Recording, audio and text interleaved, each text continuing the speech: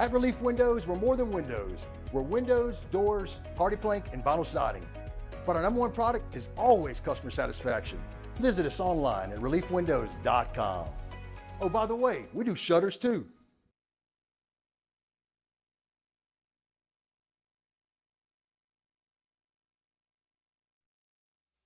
This is SportsCenter. I'm Christine Lisi. Pacers point guard Tyrese Halliburton continuing to deal with back spasms, listed as questionable for Game 2 of the second-round NBA playoff series against the Knicks. He is planning to play tonight and has promised to be better than Game 1 when he took 6 shots and scored 6 points in the loss. New York's depth, meantime, has gotten even thinner. Center Mitchell Robinson likely out the rest of this postseason with a stress injury to his left ankle.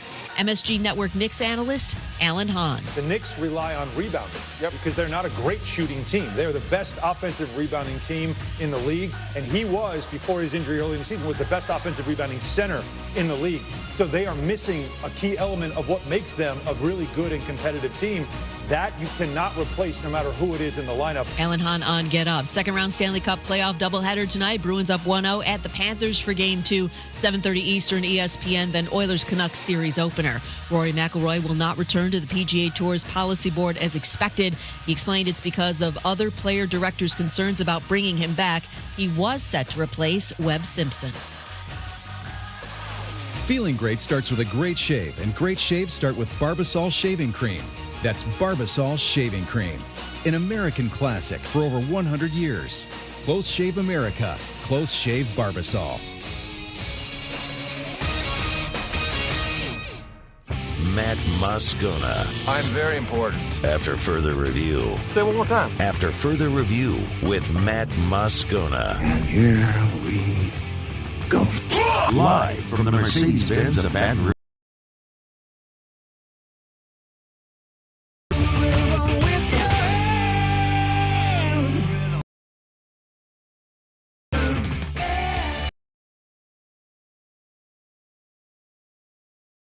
Off we go. Welcome aboard. Glad you're with us. AFR presented by Pluckers. I'm Matt.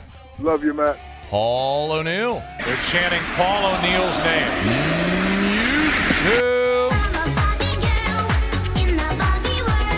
And Mr. Toby Tom Plate.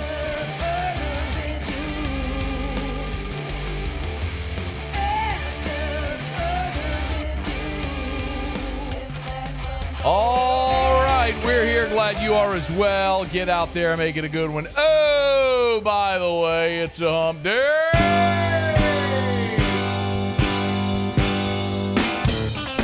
Yeah. It's hump day. Brian Kelly setting the internet at Twitter. Mike. What day is it, Mike? We'll get to it.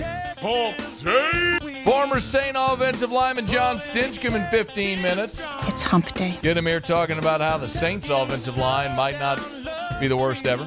Mike. What day is it, Mike? We got Ted Cahill next hour with some regional projections. It's hump day. Out of obligation, we'll wrap up our spring recaps. Looking at the Kentucky Wildcat. Mike.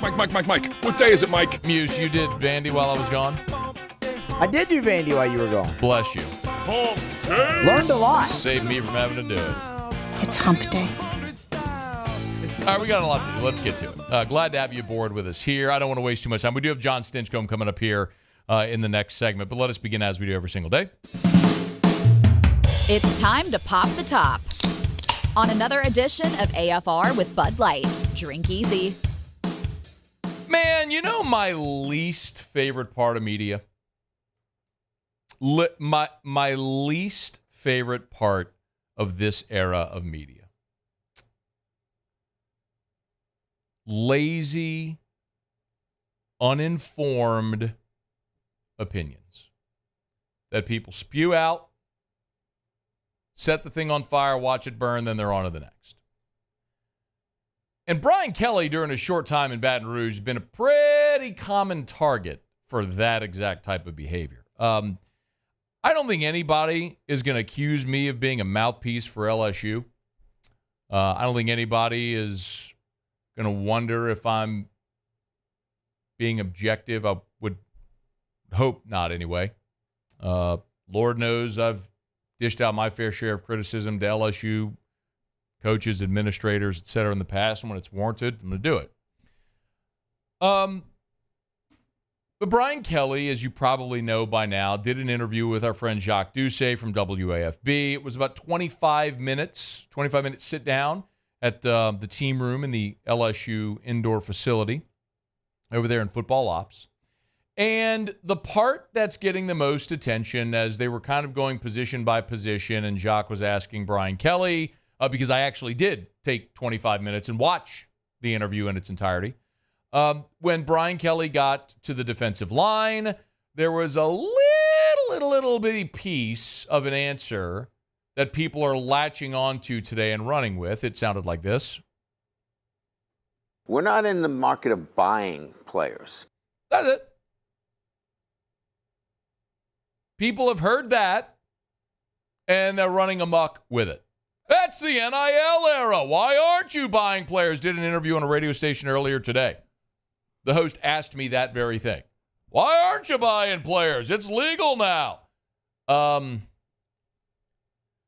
What's lost is that 3-second clip was in the midst of a 3.5-minute answer, dripping with context and thoughtful explanation about how LSU is approaching building its roster, developing its roster, and using NIL. Oh, Brian Kelly was very clear that there's great NIL opportunity. He even said it. Yeah, obviously there's great NIL opportunity at LSU.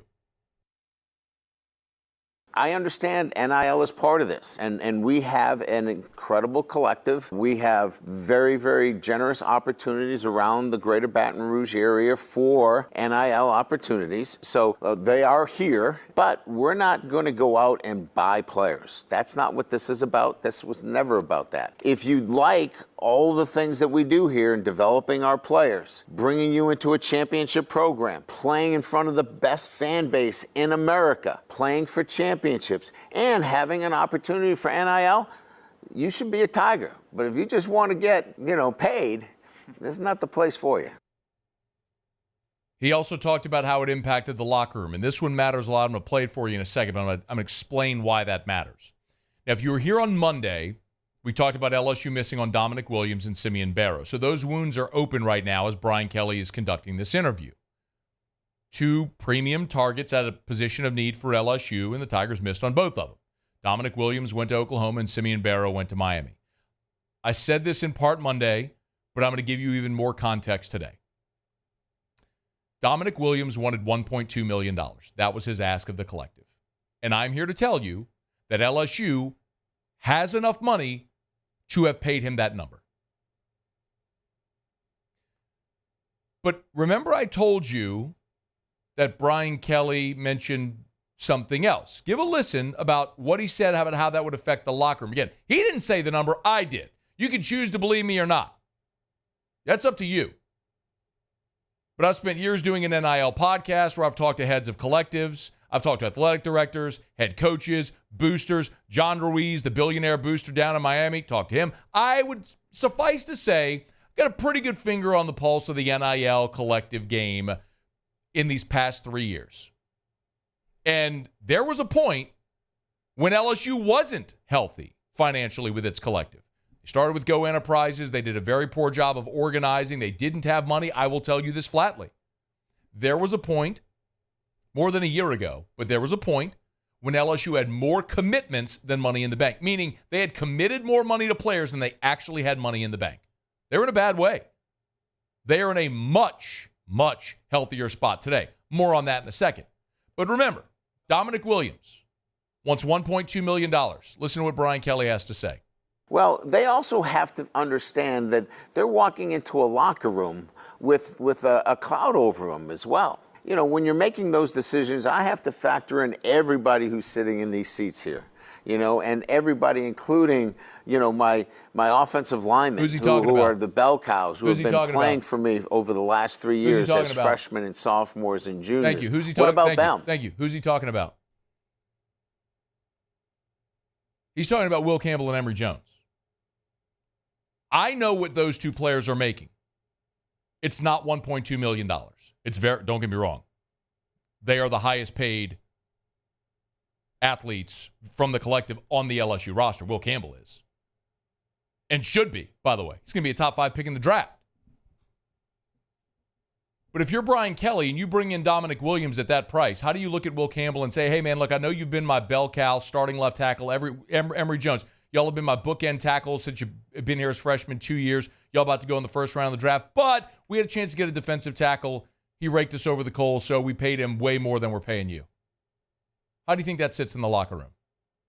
What would you do if you were the head coach? Now, to be clear about something. If that player is Caleb Williams, you got a chance to get a transcendent quarterback, most important position, Heisman caliber, and that's the number, and that's the possibility to get you to a championship, undeniably you do it. In a heartbeat, you do it. And then you sit everybody down and say, hey, this is why we did it. And they should get it if they want to win. For a defensive tackle, I'm good. So they miss out on Dominic Williams. They turn their attention to Simeon Barrow. They offered Barrow more than they offered Williams, which both were healthy six-figure amounts. And I will tell you, the amount they offered Barrow is the exact same number that Will Campbell is getting paid this year. They offered Simeon Barrow the same amount that they pay Will Campbell, the collective. And he went to Miami. Because the word around LSU is, I think it was Andy Saples who said it, they're broke boys. That's the word. And I'll tell you, in a time past, there might have been some validity to that. That's not the case now. LSU's collective has actually done a pretty remarkable job. And this is coming from someone who has, in the past 2 years, been very critical and been very forthright with the struggles financially LSU has had, coming off, as I've described, a very expensive time where you paid Ed Ogeron $17 million to go away. You committed $100 million to Brian Kelly. You paid Kim Mulkey in the north of twos. Then she wins a national championship. She gets a raise. You pay Jay Johnson. I mean, it's expensive. It was and now you got to pay the players as well. And LSU's roster of boosters isn't very deep. But those that have committed to funding the collective have continued to increase that commitment as they've gotten more organized. They're in a very healthy spot. I'm telling you, LSU could have paid Dominic Williams 7 figures. They got the money to do it. I've seen the ledger. They've got the money to do it. But if you're Brian Kelly, could you really do that? What does that do to your locker room? What precedent are you setting? I don't blame him. So LSU's in a spot right now at defensive tackle where, yeah, they don't have studs. It's interesting because the spot they're in at defensive tackle right now is actually exactly what it would have been like for decades before NIL. You lose veteran players, and what happens? Who's next? You get to see the people that have waited their turn emerge and get their shot. That's where LSU is. You got one known starter in Jacobian Guillory. But you've got Gio Paez coming in, 6-year player. 5th-year Jalen Lee. Sean Washington from New Orleans, went to Georgia, JUCO, now at LSU. You got 5-star Dominic McKinley stepping up. You got bodies. LSU's got bodies. What you don't have are proven starters. That's how it used to be. You coach them up, they get their shot, see how they do. Now, in the NIL era, you can eliminate that question and that doubt by signing, in a portal era, a proven starter out of the portal. And LSU tried, and they missed, and there's context around it, and we just talked about it. It doesn't mean LSU's broken. It doesn't mean Brian Kelly's not spending money. LSU's not spending money in NIL. Of course they are. Told you the numbers before. Gordon McKernan sat right here, said it on the record. LSU's roster last year, the collective spent about $4 million. The target this year was to push it 6. I've been told it's been north of 7. So, yeah, they're spending money. What are you talking about? Of course they're spending money. But context matters. And now you have some. Something that the lazy people on Twitter, and some of them who are very well-respected media people that cover college football, just flaming opinions with no basis, no context, no information. more than a 3-second soundbite of a 3.5-minute answer that was actually full of information and context. Yo, I am no sunshine pumper. I am nobody's puppet, for damn sure. But that, whether it's aimed at LSU or anybody else, hell, I sat here and defended Florida State. I got red-faced and yelled defending Florida State, team that beat LSU the last 2 years in the opener. I ain't nobody's puppet. But right is wrong and wrong. There's too many damn lazy people in this business that spout out opinions without taking the time to actually learn, or even without even taking 3 minutes to watch a full clip, or the 90-second clip that Jock put out there. Sign of the times. Hey, y'all. Brush it off. Move on. Let's see how Bo Davis does develop in this roster. AFR is brought to you by Bud Light. Show open every day. Drink easy in Louisiana with the great taste of Bud Light. Tomorrow, dive bar tour in Prairieville. Get info at any of the Mockler Beverage social medias. Just search at Mockler Beverage on any of the Mockler social handles. AFR. AFR is brought to you by Darren James & Associates, brokered by LPT Realty. Every home listed by every company, all in one place. Agent225.com. Agent225.com. Had someone mention to me today, as a matter of fact, that Darren James helped them sell their home. They were so thrilled with the results and all the communication throughout the process. That's Darren James. And, of course, Darren now partnered with LPT Realty. LPT stands for Listing Power Tools. LPT in 1 year has amassed as many agents as it took other very well-known real estate firms 7 to 10 years to amass that amount. It's because they have transformed and they are disrupting the real estate industry. LPT is. And you need to learn more if you're a realtor when you call Darren James. 335-7666, 335-7666. Buying or selling, you got to get in touch with the best. You need Darren James. Go to agent225.com, agent225.com. Think real estate, think Darren James. I've been doing business with Luba for 25 years. They're dependable, trustworthy. It's just the attention to detail with our clients. Our folks have years and years of experience.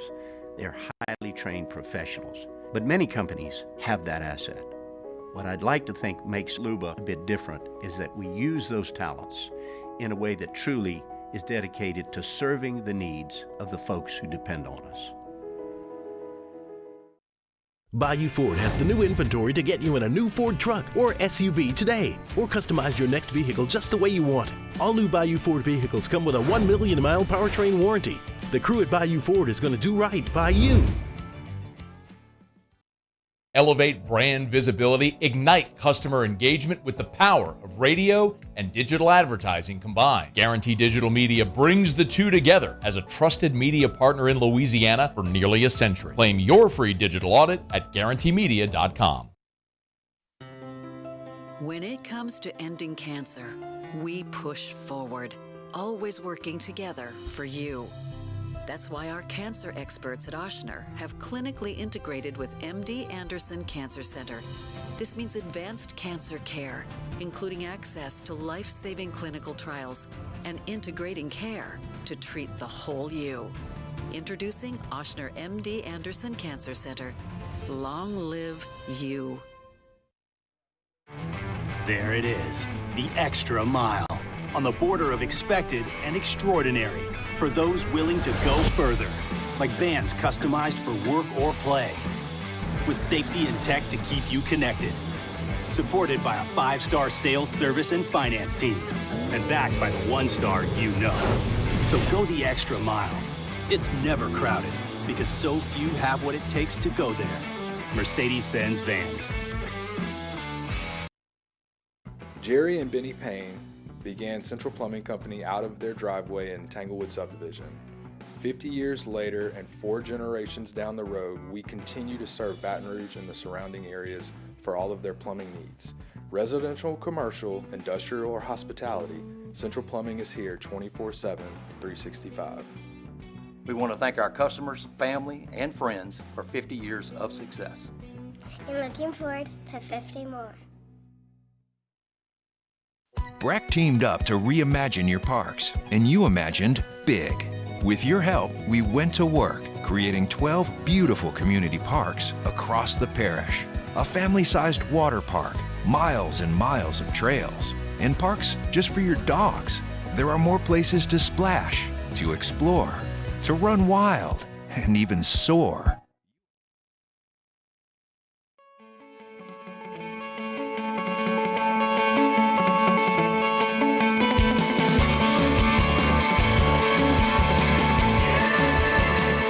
After further review with Matt Moscona, presented by Pluckers Wing Bar, open till midnight or later every night of the week, where every Monday is all-you-can-eat wings. Pluckers Wing Bar. If you don't like our wings, we'll give you the bird.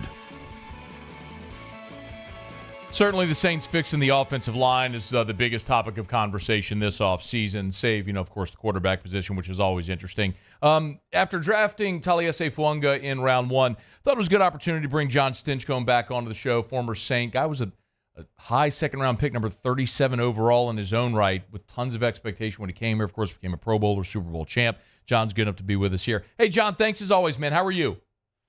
I'm great. I'm excited about some football right around the corner. I know, man. Well, the NFL is so good at the 12-month calendar, man. It never ceases. But I'd love your thoughts just overall for what you know from afar or near on Taliese Fuaga from what you can tell so far.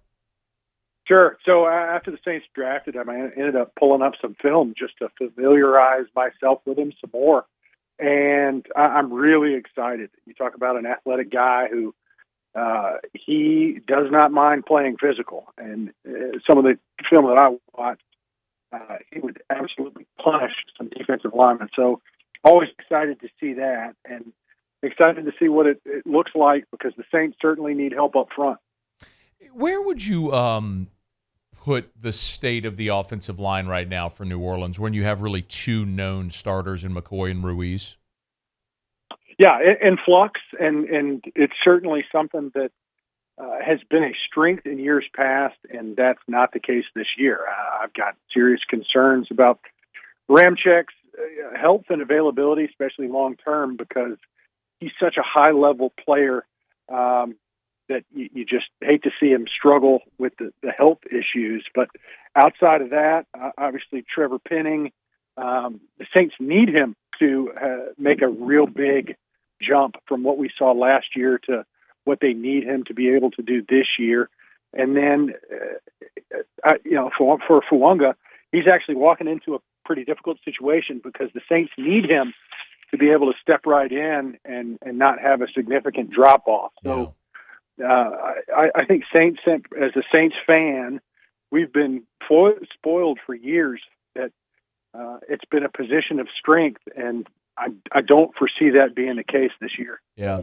John, in your situation is comparable, right? You were a high second-round pick, number 37, and you didn't really become a starter until that 06 season. Obviously, there was an injury in between.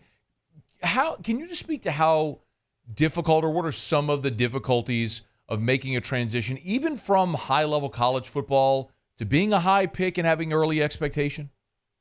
Yeah, well, certainly that was a frustrating series of years for me. I felt like I was finally getting a pretty good shot at things and ended up tearing my patella tendon. So it was a pretty significant setback for me personally. But for all these guys, Trevor Penning specifically, the whole thing is to be able to develop whether you're on the field or you're not. And those practice reps are invaluable. I know for all high draft picks, you come in and you want to be a cornerstone of the organization. And when that doesn't play out exactly how you pictured, it can be frustrating. But the job at hand doesn't change. And that's to be as prepared as you possibly can be when your opportunity comes. And, for a guy like Trevor, we all knew that his book was, he's got a really high ceiling, but it's a raw product at the time. He's going to need a lot of time on task. And when you saw the injuries pop up in that first season, it was stunting his development. And then difficult situation for him in year 2, because all that time that you're hoping to get to develop a player, you kind of lost because of injury and because of necessity. He was thrust into the spotlight, and it was pretty apparent that he still needed more time to develop. So I'm hoping that the 12 months between when he was not ready and forced into the spotlight and when we'll see him next has been real pivotal in his development. Yeah. John Stinchcomb's our guest. It's so interesting because I thought we were going to go down the path of Fuaga, and you took it to Penning, which I think is no, but I think that's really appropriate. And I can lean into you a little bit here. When did you feel comfortable, like you were ready to be an impact starter? Because it does maybe lend some credence, John, tell me if I'm wrong, to saying, yeah, it hasn't gone for Penning the way we thought the first 2 years, but the story's far from written. Like, you feel he can still be, he has the ability to be a starter on this team? I think so, absolutely. Okay. I think it's a matter of confidence, and you have to be able to match the skills. It's not just confidence. You need to be able to have the skills that justify that level of confidence. But usually with young players, some are rarities.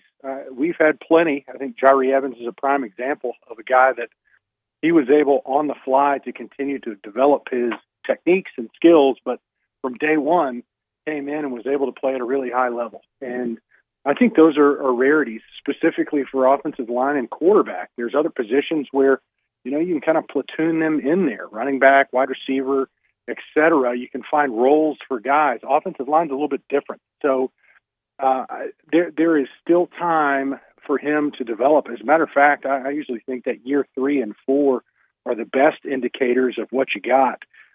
There's still development for guys that whether they're playing or not, and this is a little bit of a crossroads for Penning. And going back to Fuaga, he's a guy that the Saints need him to be able to step in and be game ready from day one.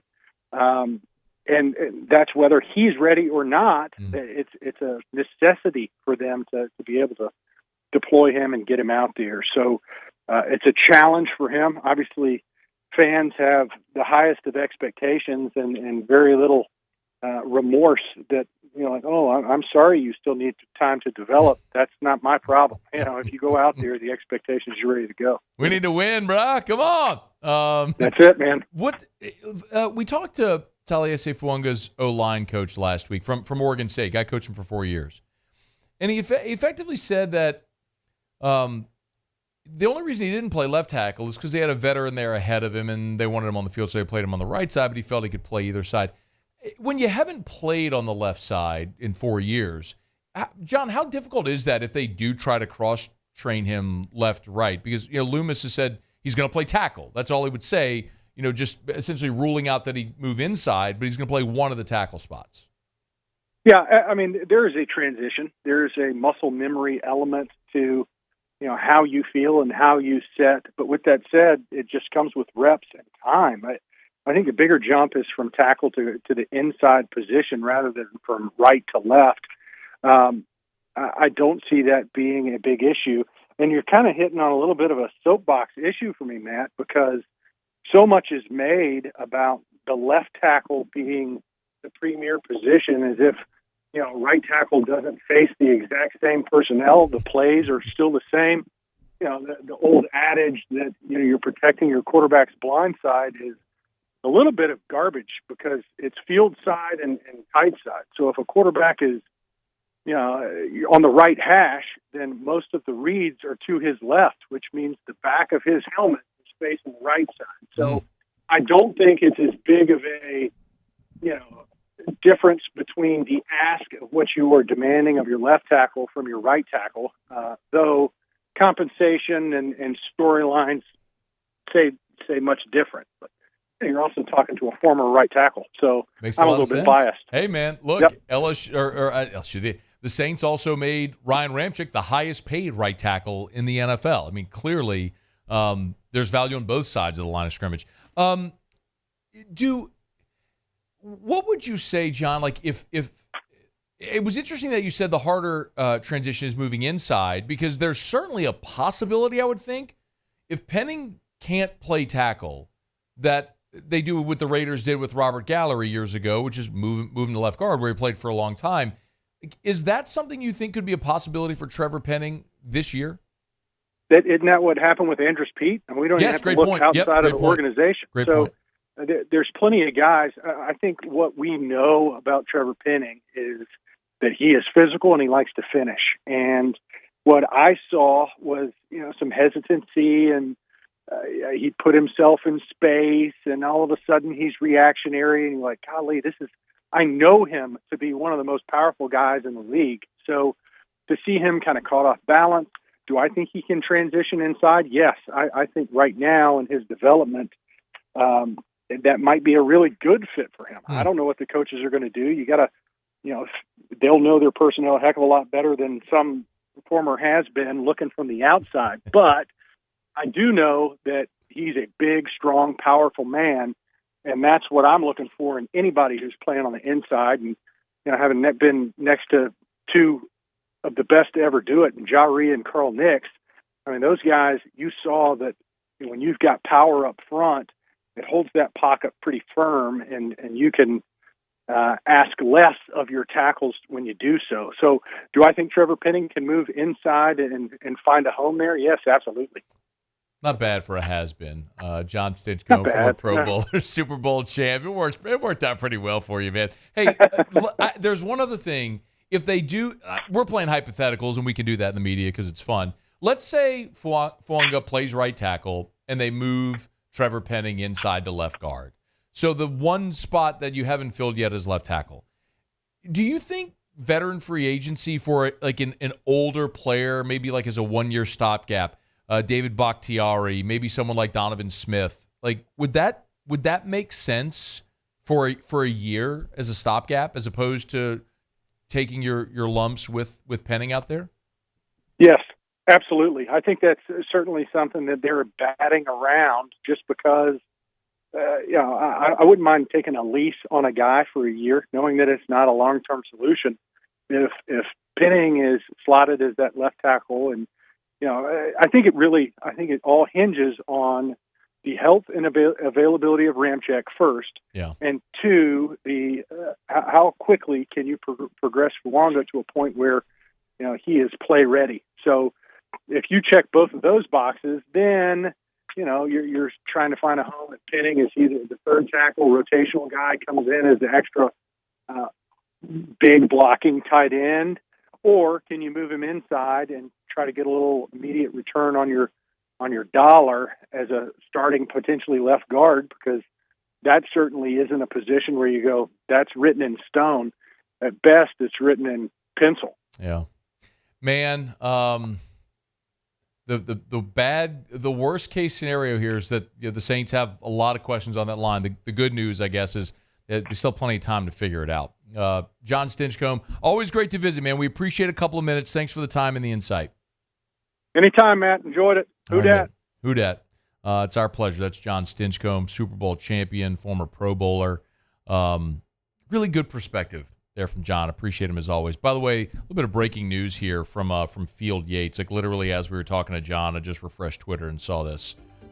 Saints have waived quarterback Kellen Mond and offensive lineman Tommy Kramer. So, of course, they brought in Mond pre-draft. It's going to be a camp arm. Well, you come out of the draft with Spencer Rattler, and now you've got Rattler and Hainer, and you signed Peterman as well to go along with Carr. You got plenty. So, anyway, Kellen Mond and Tommy Kramer waived by the Saints today. All right, it's after further review. We're glad you're hanging out with us here. Brought to you by Relief Windows and ReliefWindows.com. Energy-efficient replacement windows. Beautiful entry doors, hardy plank vinyl siding. They do it all. I want to keep reminding you, though, about the really cool 3D feature that they have. You go sit with them at Relief Windows at their office on Airline in Prairieville. If you went south on Airline into Prairieville, you cross Highway 42. They're a quarter mile on the right.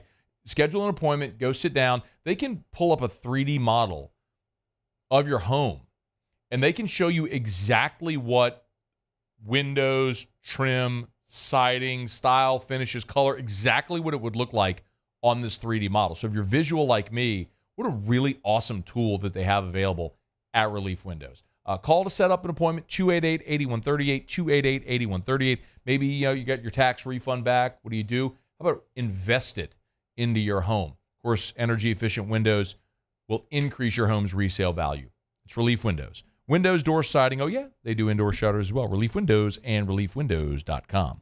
Okay, it's after further review. Glad to have you hanging out with us here. We'll go around the SEC when we come back. A little Bourbon Dictionary with Taylor Calandro. Teddy Cahill from Baseball America in about 25 minutes. We'll look at, for the first time this year, it is relevant that we look at regional projections. LSU has played themselves into that conversation. So we'll do that coming up after the top of the hour as well. Glad you're here. It's AFR.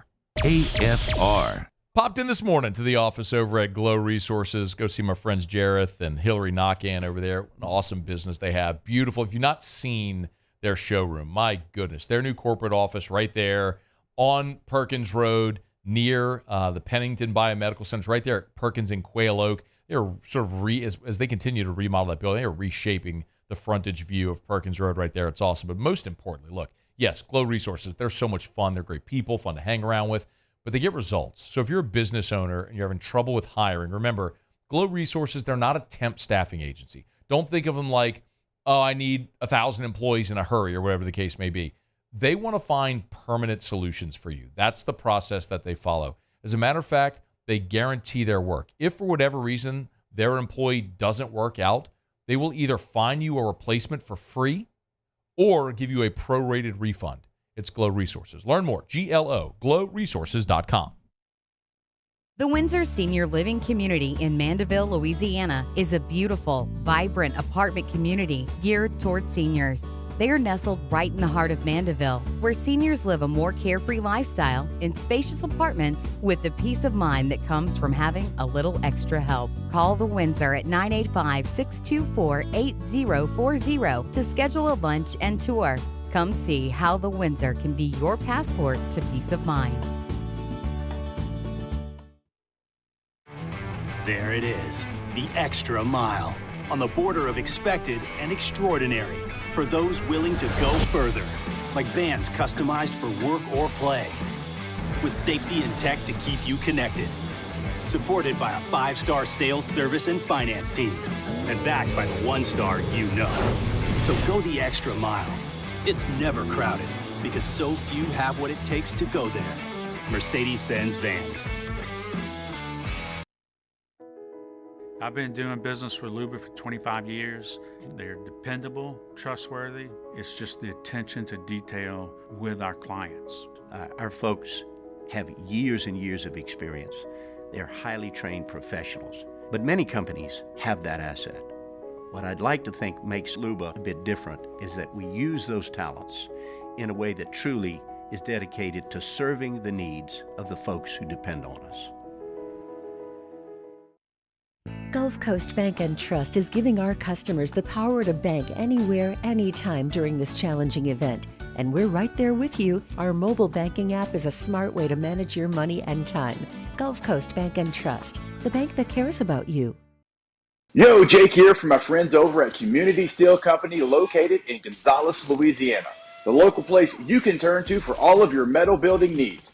Notice I said local, not Houston, not Dallas, not Atlanta, but right here in Gonzales. Visit them at their brand new state-of-the-art website at communitysteelco.com or pick up the phone and give them a call today to answer all of your questions on your metal buildings, roofing and sheet metal, and any other steel needs you or your business need at 225-647-2020.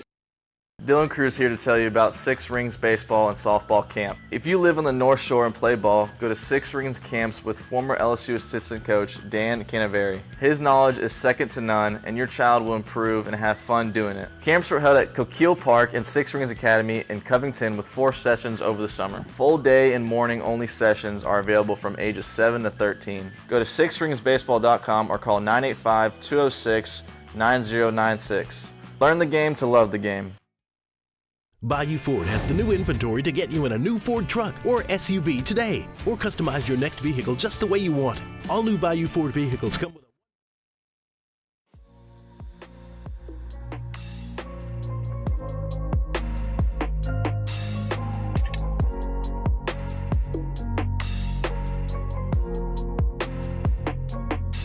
After further review with Matt Moscona, presented by Pluckers Wing Bar, open till midnight or later every night of the week, where every Monday is all-you-can-eat wings. Pluckers Wing Bar. If you don't like our wings, we'll give you the bird. The 1-0 pitch, high in the air to left center field. Valentine on the run, but this one will fire behind the seats.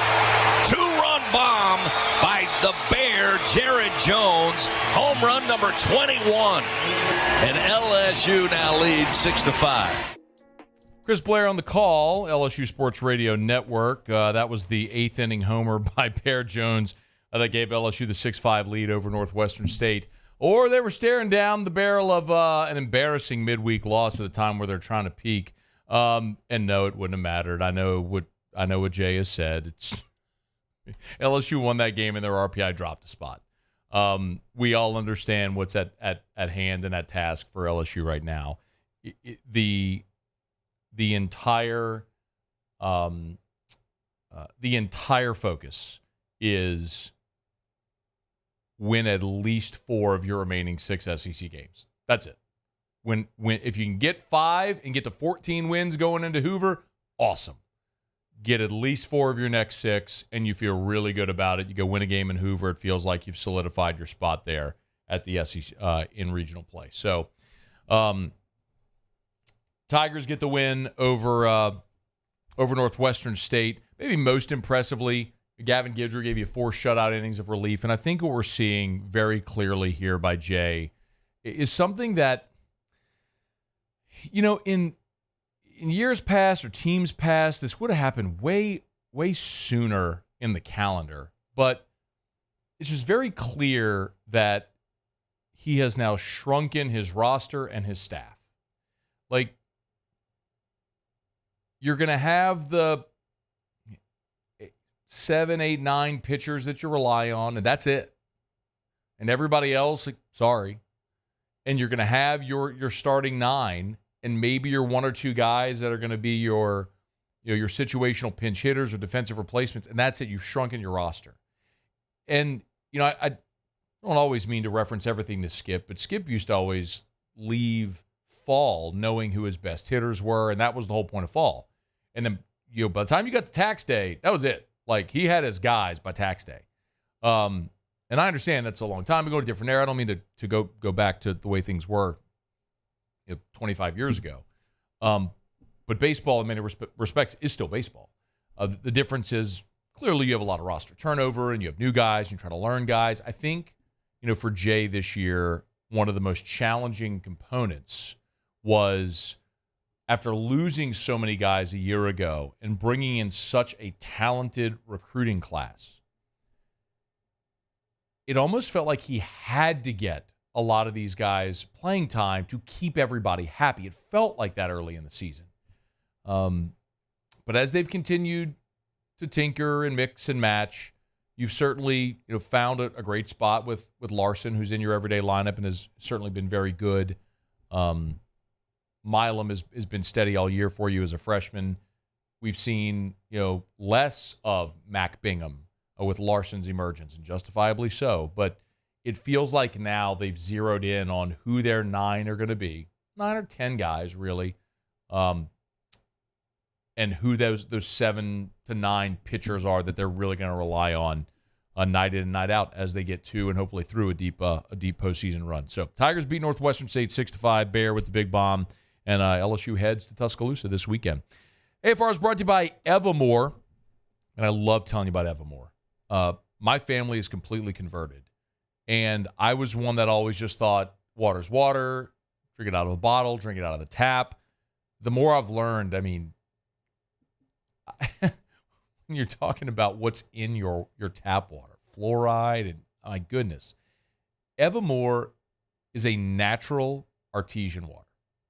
And this comes straight out of a well, deep into the ground, thousands of years in the making. It's an underground aquifer. So don't think of it in terms of, oh, it's a Louisiana product. It's like Louisiana water. No, think of it in terms of this is Mother Nature's masterpiece.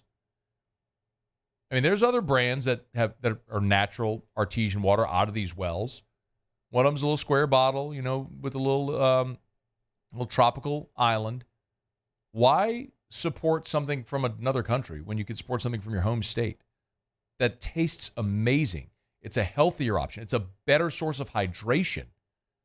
It's got national distribution. Dak Prescott's one of their national advertisers. Check it out. It's Evermore. EVAMOR. You can order online at evermore.com, evermore.com, or Pick it up at any great local retailer. Evermore. Drink Evermore. Evermore.com. All right, let's go around the SEC. Around the SEC, bringing you the biggest news from the nation's best conference. The Arkansas Razorbacks. A former Major League Baseball player, Monty Harrison, has committed to Arkansas football, originally committed to Nebraska. Back in the class of 2014, he was drafted by the Brewers in the second round, made it to the big leagues back in the COVID year with the Marlins, played a couple of seasons there, but now at 28 years old, heading back to college football. He was a 4-star recruit out of Lee's Summit, Missouri, Alex Lang. And, don't tell me. Oh. Aaliyah Finnegan. And Sarah Finnegan? And Sarah Finnegan. Well, Sarah did, yeah. Yeah, both of them. Yes, Yeah. the Finnegans. Well, one of them won a national championship. Anyway, good story. The Auburn Tigers. Akron offensive line transfer Ronan Chambers has committed to Auburn. Originally committed to Tulane, but following his visit to the Plains, flipped his commitment. He'll now join Auburn for his final season of college. He was a 3-star prospect coming out of high school. I didn't even know the rankings went this high, but he was the number 2,354 overall prospect coming out of high school, but he'll finish up his career at Auburn.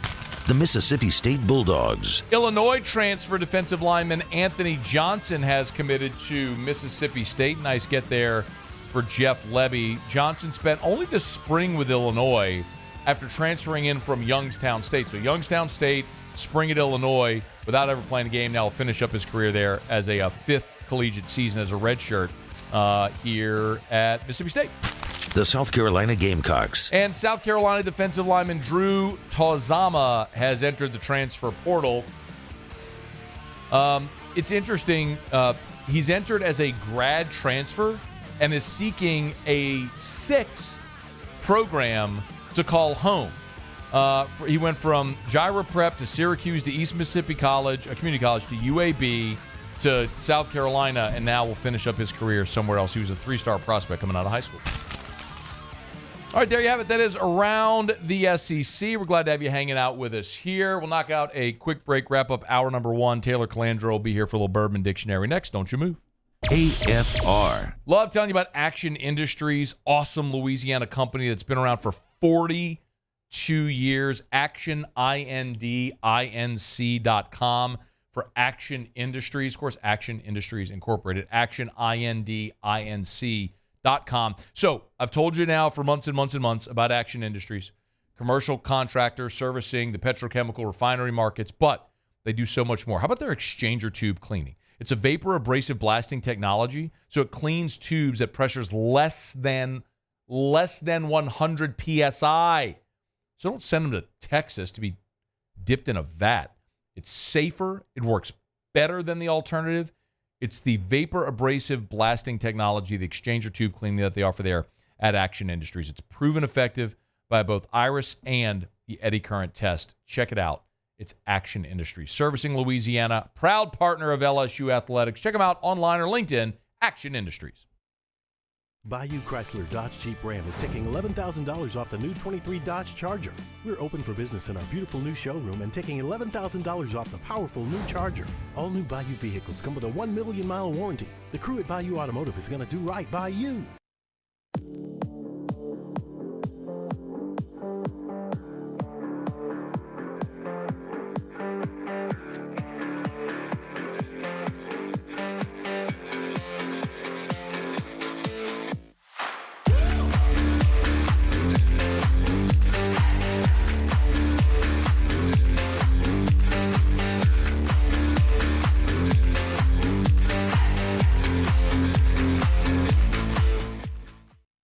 Electricity is all around us, and our families depend on it. Every day is sparked by the power of a cold drink or a warm meal, a movie night, and a comforting light at the end of a dark hallway. From sunrise to sunset, playtime to bedtime, our team is ready to take care of your electrical needs. Even in the case of an after-hours emergency, the light in your life shines brighter with Mr. Electric. Hey, it's Matt Moscona. For years, you've heard me tell you about Insurance Network of Louisiana, helping you find better coverage for less money. But it's not just for your home and auto. They also offer commercial properties, so retail stores, professional offices like doctors, dentists, attorneys, clothing boutiques. Insurance Network of Louisiana can find you better coverage for less money. They service the entire state of Louisiana, and they're local. So call today at 293-0450 or lainsurance.net.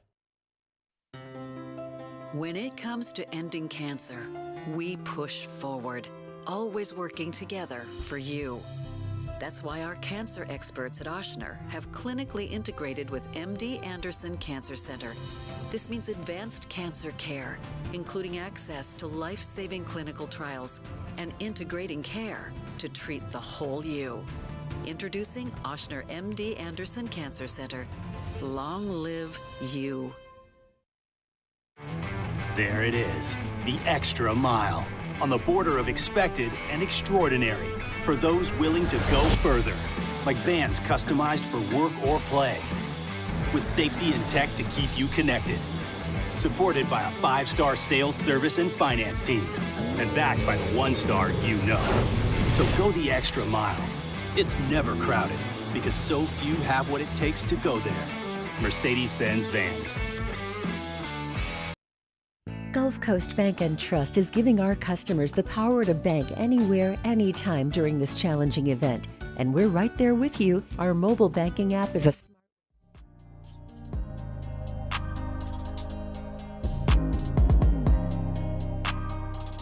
After further review with Matt Moscona, presented by Pluckers Wing Bar, open till midnight or later every night of the week, where every Monday is all-you-can-eat wings. Pluckers Wing Bar. If you don't like our wings, we'll give you the bird. They're the gang with the slang. This is Bourbon Dictionary with Matt Moscona and Taylor Calandro. Wrapping up hour number 1. Get your booze questions in. Email us, tweet us, text us in the 225-396-4400, 396-4400. How are you, dude? Doing well, Matt. How are you? I got the first question. What's up? What would be the best thing to sip on while watching Paul Skeens make his big league debut on May the 11th? Oh, he got called up? Just minutes ago. A little breaking news there, if you would there, Muse. A little breaking news there from the Pittsburgh Pirates Twitter. They posted a video there, Paul Skeens, just with the date, 5/11/24. He'll make his big league debut. Is that Saturday? That's this Saturday? Saturday. He'll make his debut this Saturday against the Cubs. So congrats to Paul Skeens. That's shocking to me because it's almost June, and it seems like they would have waited to save a year on his contract. Yeah, well, they did already. The first period for a year of control expired somewhere in May. I don't know exactly the date, but I thought it was June.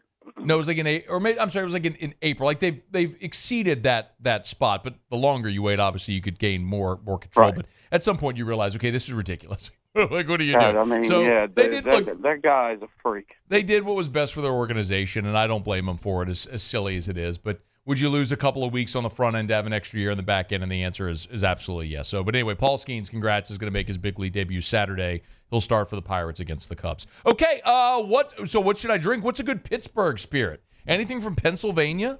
Yuengling. Okay. Beer. I'd rather only talk about Bud Light here. But sure. That's true. I'm trying to think of any. Man, that's the big one there. Oh, man. That's the big one. Yeah. That's all good. Sorry, I was reading something else, which is why I said, oh, man. That had nothing to do with your comment. My apologies for that. What's new? Speaking of Mockler, we have a new beer from Parrish. It's called Greetings from Cypramort Point. It's a Berliner. It's like a tiki-style Berliner. I think it has. It's got peach, orange, pineapple, lime, and pomegranate. And I tried one over the weekend. It's fantastic. Great beer for the heat, because the heat is here. That's interesting, because I think, if I'm not mistaken, Terrio spends a lot of time at Sycamore Point. I've heard him say that before. It's a very popular spot to go out of to go fishing. What's it called again? Cypramort. No, I'm looking at their website. So greetings from Sycamore Point. I don't see it on their website. Anyway, it's there. Okay. CYPREMORT. MORT. It's a place to go off and go fishing like south of Lafayette. I really hamstrung us on time. We were a little late there, but let me see if we can get to questions quickly. We got like a minute. Right. This one says, Taylor, do you carry Pantalones tequila? Pantalones? Yeah. No, we do not. I got a, my goodness, I'm trying to find through all these now. Of course, now I'm trying to do this quickly, and we're going to run out of time. By the way, Brett, a gentleman named Brett, went to the Kentucky Derby, made a couple of visits, brought me 2 recipes from single barrel recipes from Four Roses, and a Heaven Hill Select stock. You got any opinion on it? Damn, he got really lucky. I don't know where he got all that stuff from, but he went to the distilleries and he was able to buy multiples, and he was like, "Do you want them?" And so I bought them from him. It was very nice. I've been to those. I've been to Heaven Hill and Four Roses, and I've gotten T-shirts. Awesome. So he got really, really lucky. Oh, Especially you got for Derby T-shirts week. because you didn't get whiskey. I got it. Okay. Yeah. I'm out of time. Have a great one. My bad. I hamstrung us. We'll see you. See you, Matt. AFR. Brought by Optimize, GeneratorPeople.com, GeneratorPeople.com. Y'all, if you're thinking about a Generac automatic home standby generator, remember, about a month ago, made the prediction, we are expecting an inordinately active storm season. You know when you live here, it's only a matter of time. It's only a matter of time before a storm comes, knocks out the power, and you're left sweating. Doesn't have to be that way. Optimize. GeneratorPeople.com, GeneratorPeople.com. Matt, they're so expensive. Optimize has financing options that can meet any budget. They've got a 7-year warranty. They have guaranteed pricing as well. So when they come give you a price quote, that is it. You won't see more fees added on, nothing. Bottom line, and they service the entire 1012 corridor. 4 physical locations. So from Slidell to Lake Charles and every point in between on the 1012 corridor, Optimize is there for you. GeneratorPeople.com. I've been doing business with Luba for 25 years. They're dependable, trustworthy. It's just the attention to detail with our clients. Our folks have years and years of experience. They're highly trained professionals, but many companies have that asset.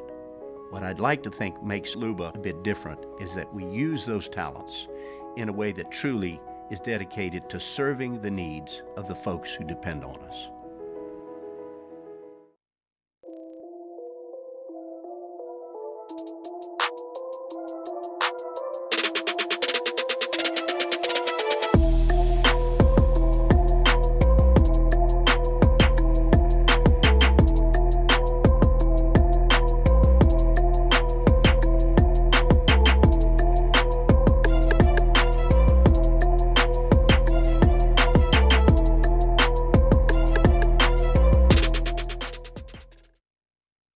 Jerry and Benny Payne began Central Plumbing Company out of their driveway in Tanglewood subdivision.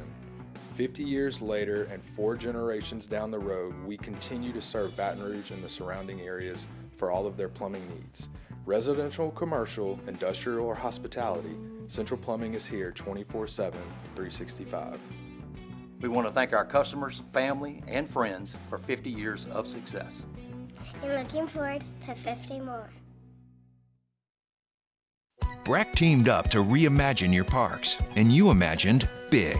With your help, we went to work, creating 12 beautiful community parks across the parish. A family-sized water park, miles and miles of trails, and parks just for your dogs.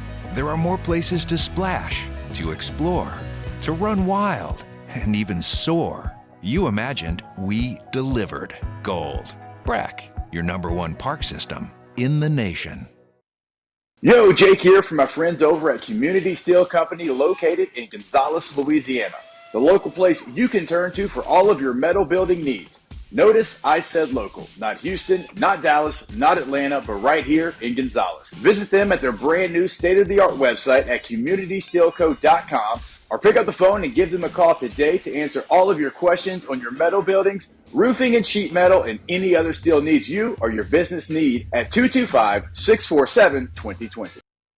Dylan Cruz here to tell you about Six Rings Baseball and Softball Camp. If you live on the North Shore and play ball, go to Six Rings Camps with former LSU assistant coach Dan Canaveri. His knowledge is second to none, and your child will improve and have fun doing it. Camps were held at Cahill Park and Six Rings Academy in Covington with 4 sessions over the summer. Full day and morning only sessions are available from ages 7 to 13. Go to sixringsbaseball.com or call 985-206-9096. Learn the game to love the game.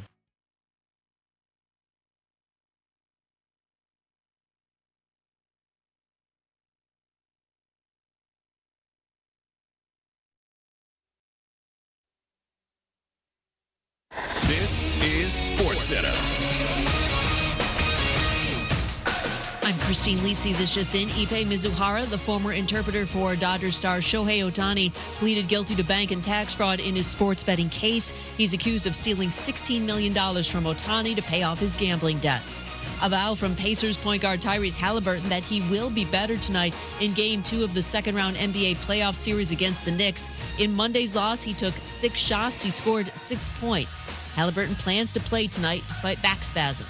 For Indiana to tie up the series, it does all start with Halliburton, explains 3-time NBA champion Danny Green. He has to get out and running and getting those guys going. Obviously, he has to be more aggressive offensively to score and look for himself. But when they're playing at a better pace and way faster, they're scoring in the 120s, and most of their wins are above 120, and they're getting out and running. When they're moving fast, everybody eats, and it starts with Tyrese Halliburton. So in order for them to win this game, they have to continue to run and push the pace and try to make New York keep up with them points-wise. Second-round Stanley Cup playoff doubleheader. Panthers-Bruins Game 2 tonight, 7:30 Eastern, ESPN, followed by Oilers-Canucks series opener.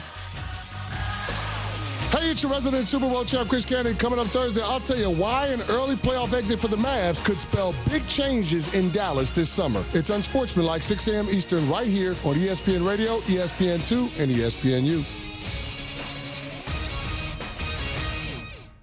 Matt Moscona. I'm very important. After further review. Say it one more time. After further review with Matt Moscona. And here we go. Live from the Mercedes-Benz of Baton Rouge Studios. Let's ride.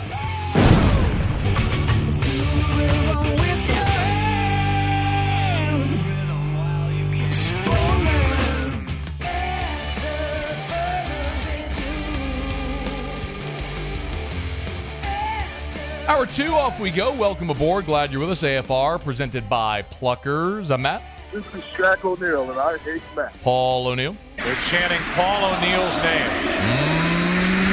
Yusu. And Mr. Toby Tom Plate.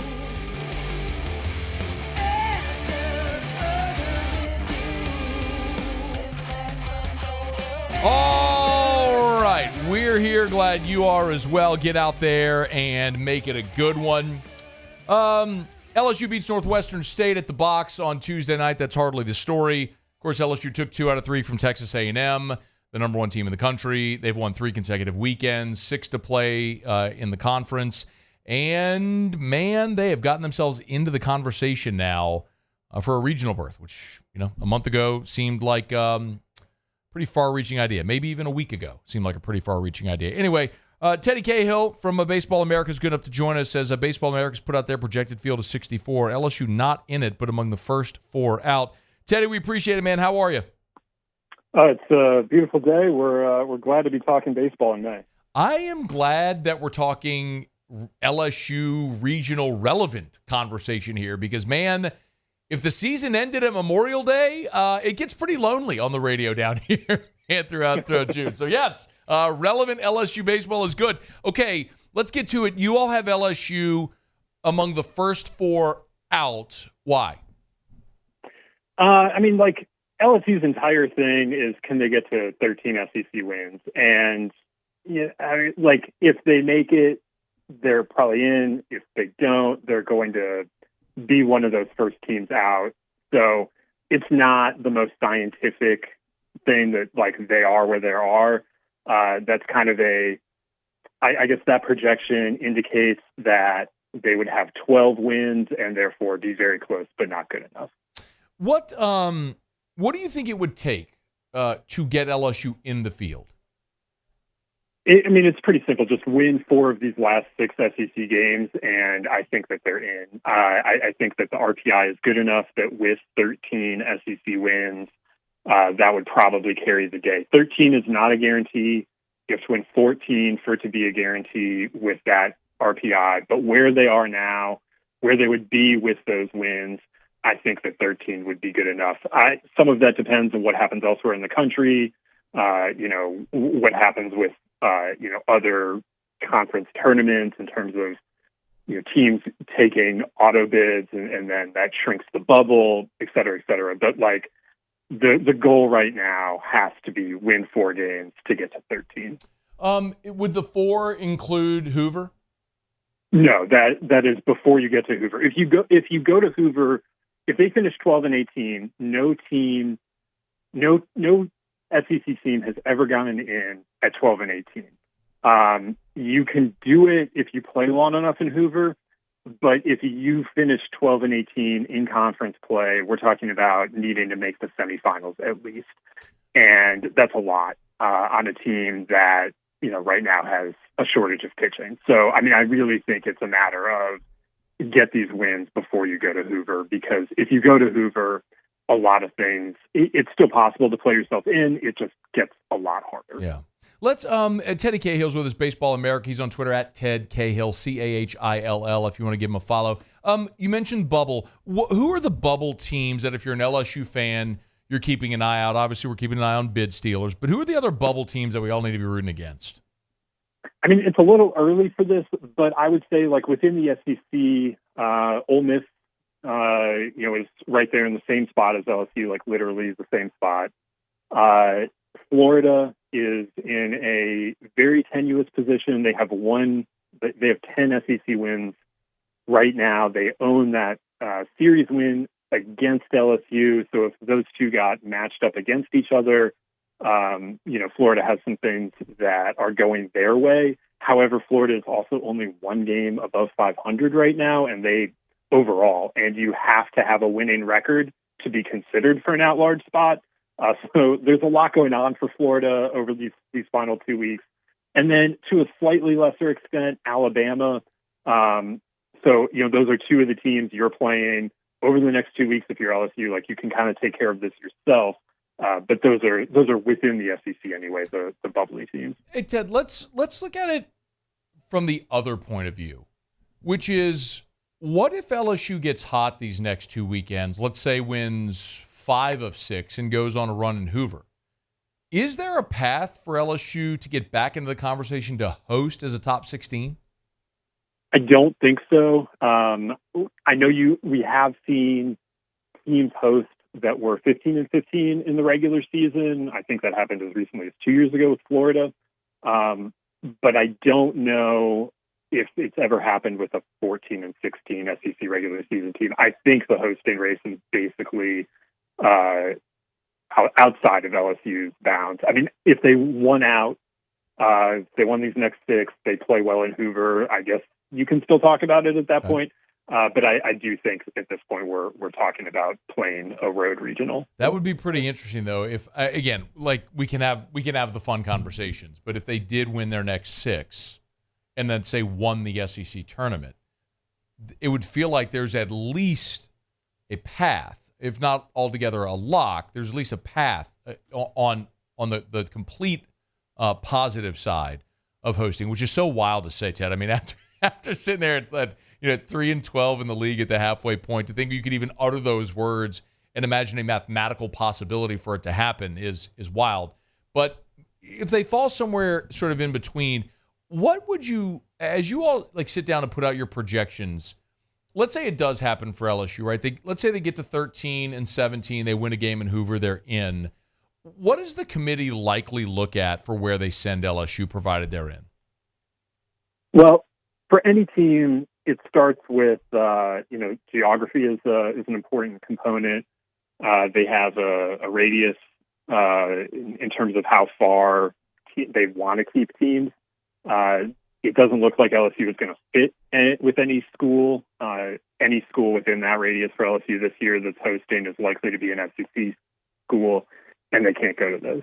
So at that point, they're kind of just free to go wherever they fit best. And, there are further bracketing principles and restrictions, like you can't have multiple teams from the same conference in one regional. And so that is a little bit restrictive as well, with so many SEC teams making the field.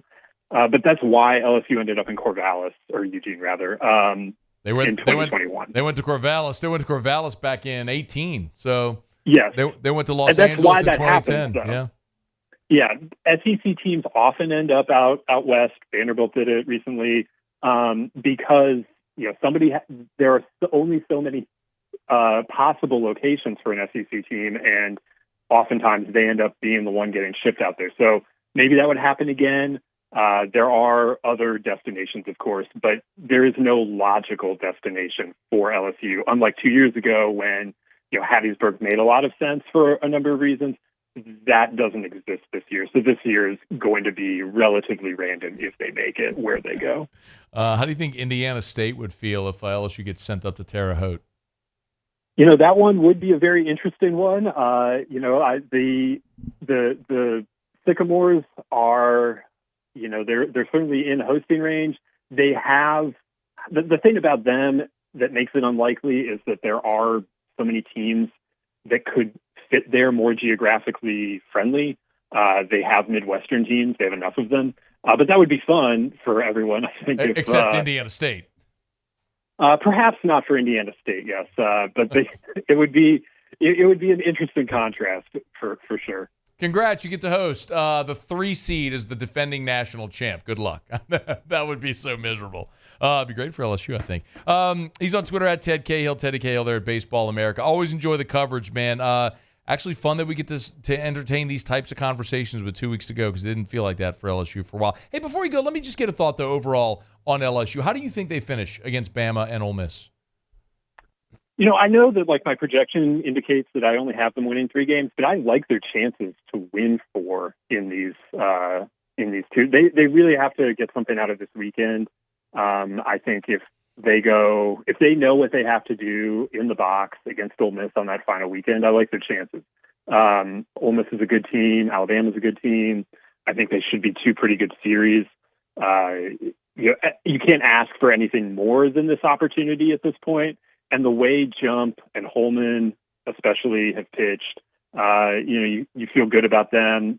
Christian Little, what he did on Saturday night, has me feeling a little bit better about the bullpen beyond Griffin Herring.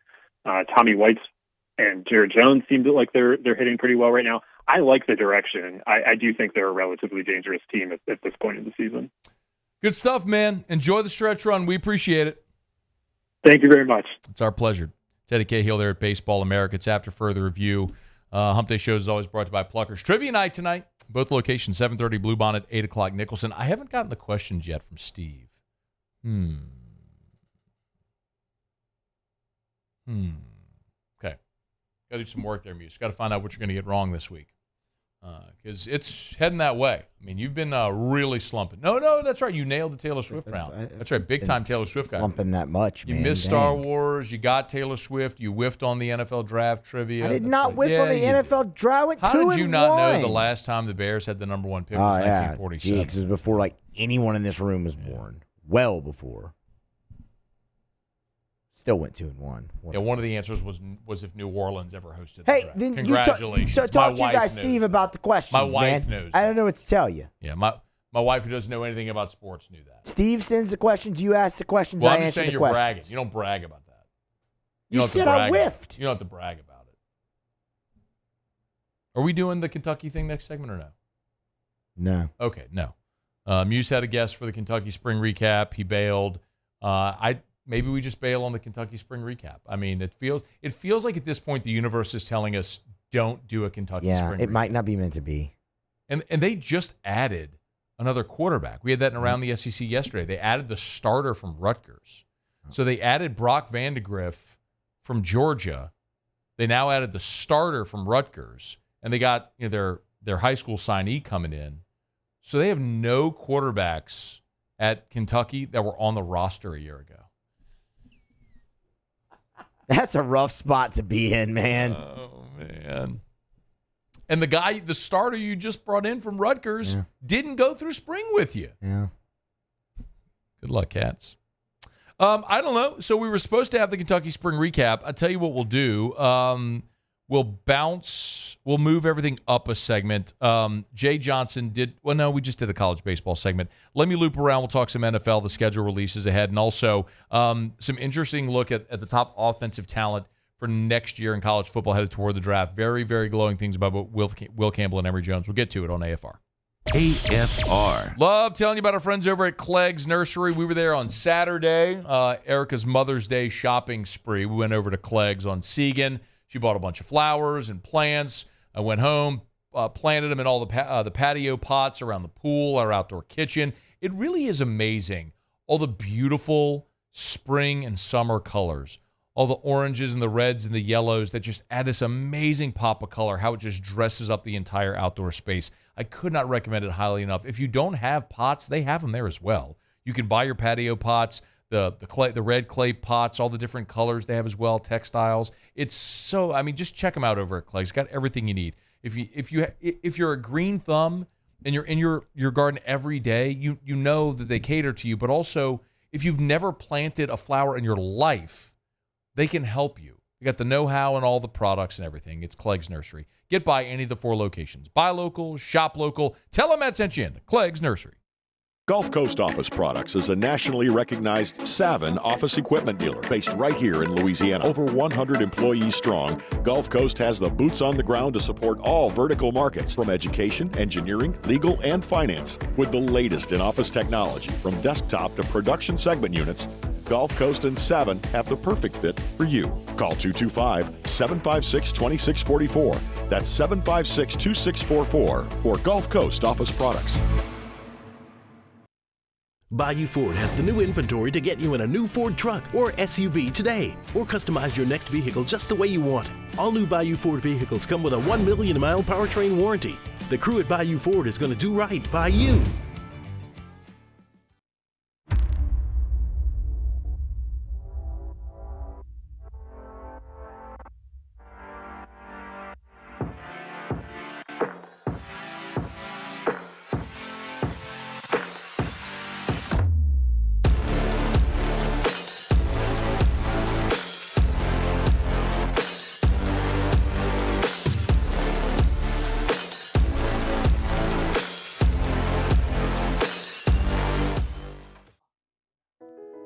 I've been doing business with Luba for 25 years.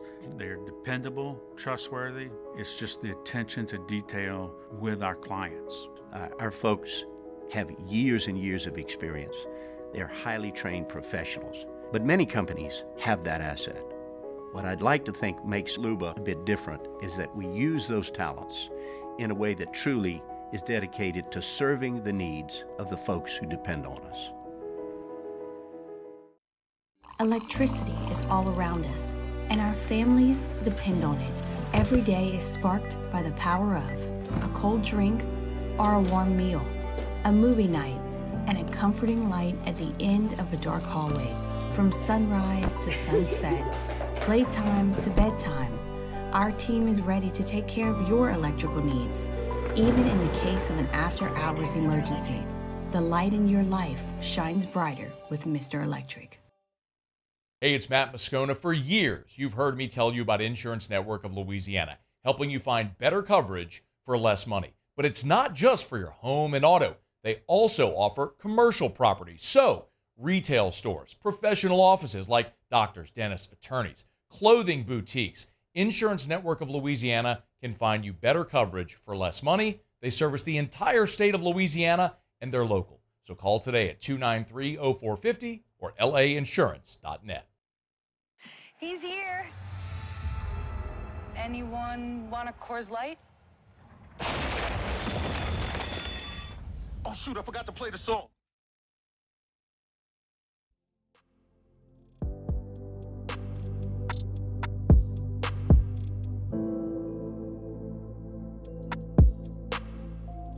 After further review with Matt Moscona, presented by Pluckers Wing Bar, open till midnight or later every night of the week, where every Monday is all-you-can-eat wings. Pluckers Wing Bar. If you don't like our wings, we'll give you the bird.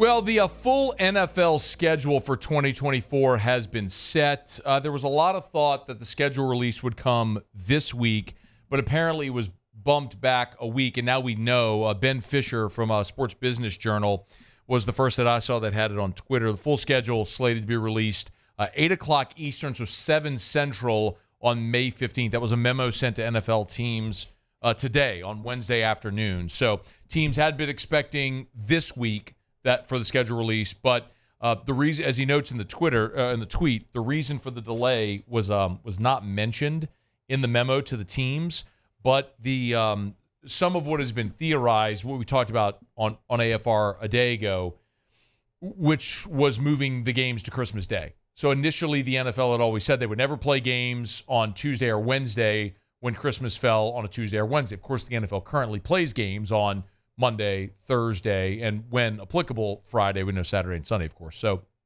but Tuesday and Wednesday compressing the week means you kind of have to let your AI bots go wild and how they're going to organize the rest of the schedule so you can give teams days to recover appropriately with respect to how they're going to play. Because remember, whoever plays on Christmas Day, which is a Wednesday this year, means that the previous week, they're not going to go Sunday to Wednesday. So they're going to go Saturday to Wednesday. So that means you're going to have a team play Sunday to Saturday, then Saturday to Wednesday. So back-to-back short weeks.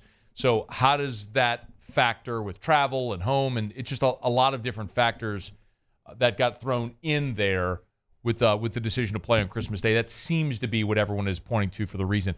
If you're wondering about the Saints, though, and the interesting thing, of course, about the schedule release, and we talk about it all the time, it's not just who you play, but when and where you play them. And we know that the Saints, really the NFC South, who they're going to be playing this year, with the NFC East and the AFC West. Those are the division opponent, the full divisions that you're going to play. AFC and NFC East, AFC West. So Giants, Cowboys, Commanders. We get to see Jaden Daniels in his first year with Washington, and then of course the Eagles as well. And then the NFC West. So, of course, it means you'll have the Chiefs, the Chargers, see Harbaugh in his first year. The Raiders, Derek Carr play his former squad, and the Denver Broncos as well. So, Saints against Sean Payton, their former head coach. And that game against the Broncos will be in the Dome. So, Sean Payton will be coming back to the Superdome. So, we know the schedule. Home games against Atlanta, Carolina, Tampa, Cleveland, Denver, the Raiders, Rams, Eagles, and Commanders. And the road games, and this is where it's always interesting because, as we always say, it's not just who you play, but when and where you play them. And when you've got games against teams like the Packers and the Chiefs and the Giants, there's always the possibility that you're playing outdoor cold weather games. Imagine if you have a game in Kansas City, like the playoff game this past year when it was, you had sub-freezing air temps. So you understand that at this point, why that's always relevant. You'd love to get rookie quarterbacks earlier. So look, whenever the Saints do play Washington, if Jaden Daniels is the starter, you would love for that game to be week 1, week 2, similar to what the Saints got to face with Bryce Young this past year. You're facing him early. They got that with Jordan Love. It was like the way the schedule worked out for the Saints this past year was so advantageous, which is part of the reason why it was so disappointing the way the season went, because the schedule really did play out for you nicely. And for what it's worth, if you look at strength of schedule, and this is based on winning percentages from last year, the NFC South catches the biggest break. The Atlanta Falcons and the New Orleans Saints tie for the easiest strength of schedule in 2024. The opponent's winning percentage from last year, .453. Saints, Falcons tied for the easiest schedule. The Bears, Panthers are next. Chargers and Bucks. I mean, do you want to look at a team that could be on the come up? Jim Harbaugh, year 1 in LA, with a healthy Justin Herbert, a fortified offensive line with Joe Alt, and an easy schedule, a manageable schedule. Certainly something you could look at. On the flip side of it, the toughest schedule in the NFL, you're looking at the AFC North, the Browns, Ravens, Steelers, Texans, all obviously AFC teams there with the 5 toughest schedules, followed by Packers, Giants, Bills, Jags, Raiders. So, and it's there for New Orleans. The schedule, I should say, is there for New Orleans. Plays out how you would want it. I mean, you got the easiest schedule in the NFL. You finally get back in the playoffs and win a winnable division. We'll find out what the schedule is and the layout is 1 week from today when the NFL releases its full schedule. All right, it's After Further Review. We're brought to you by Pure Restoration, pure-restoration.com, pure-restoration.com. Scone, what's the mold thing you always talk about?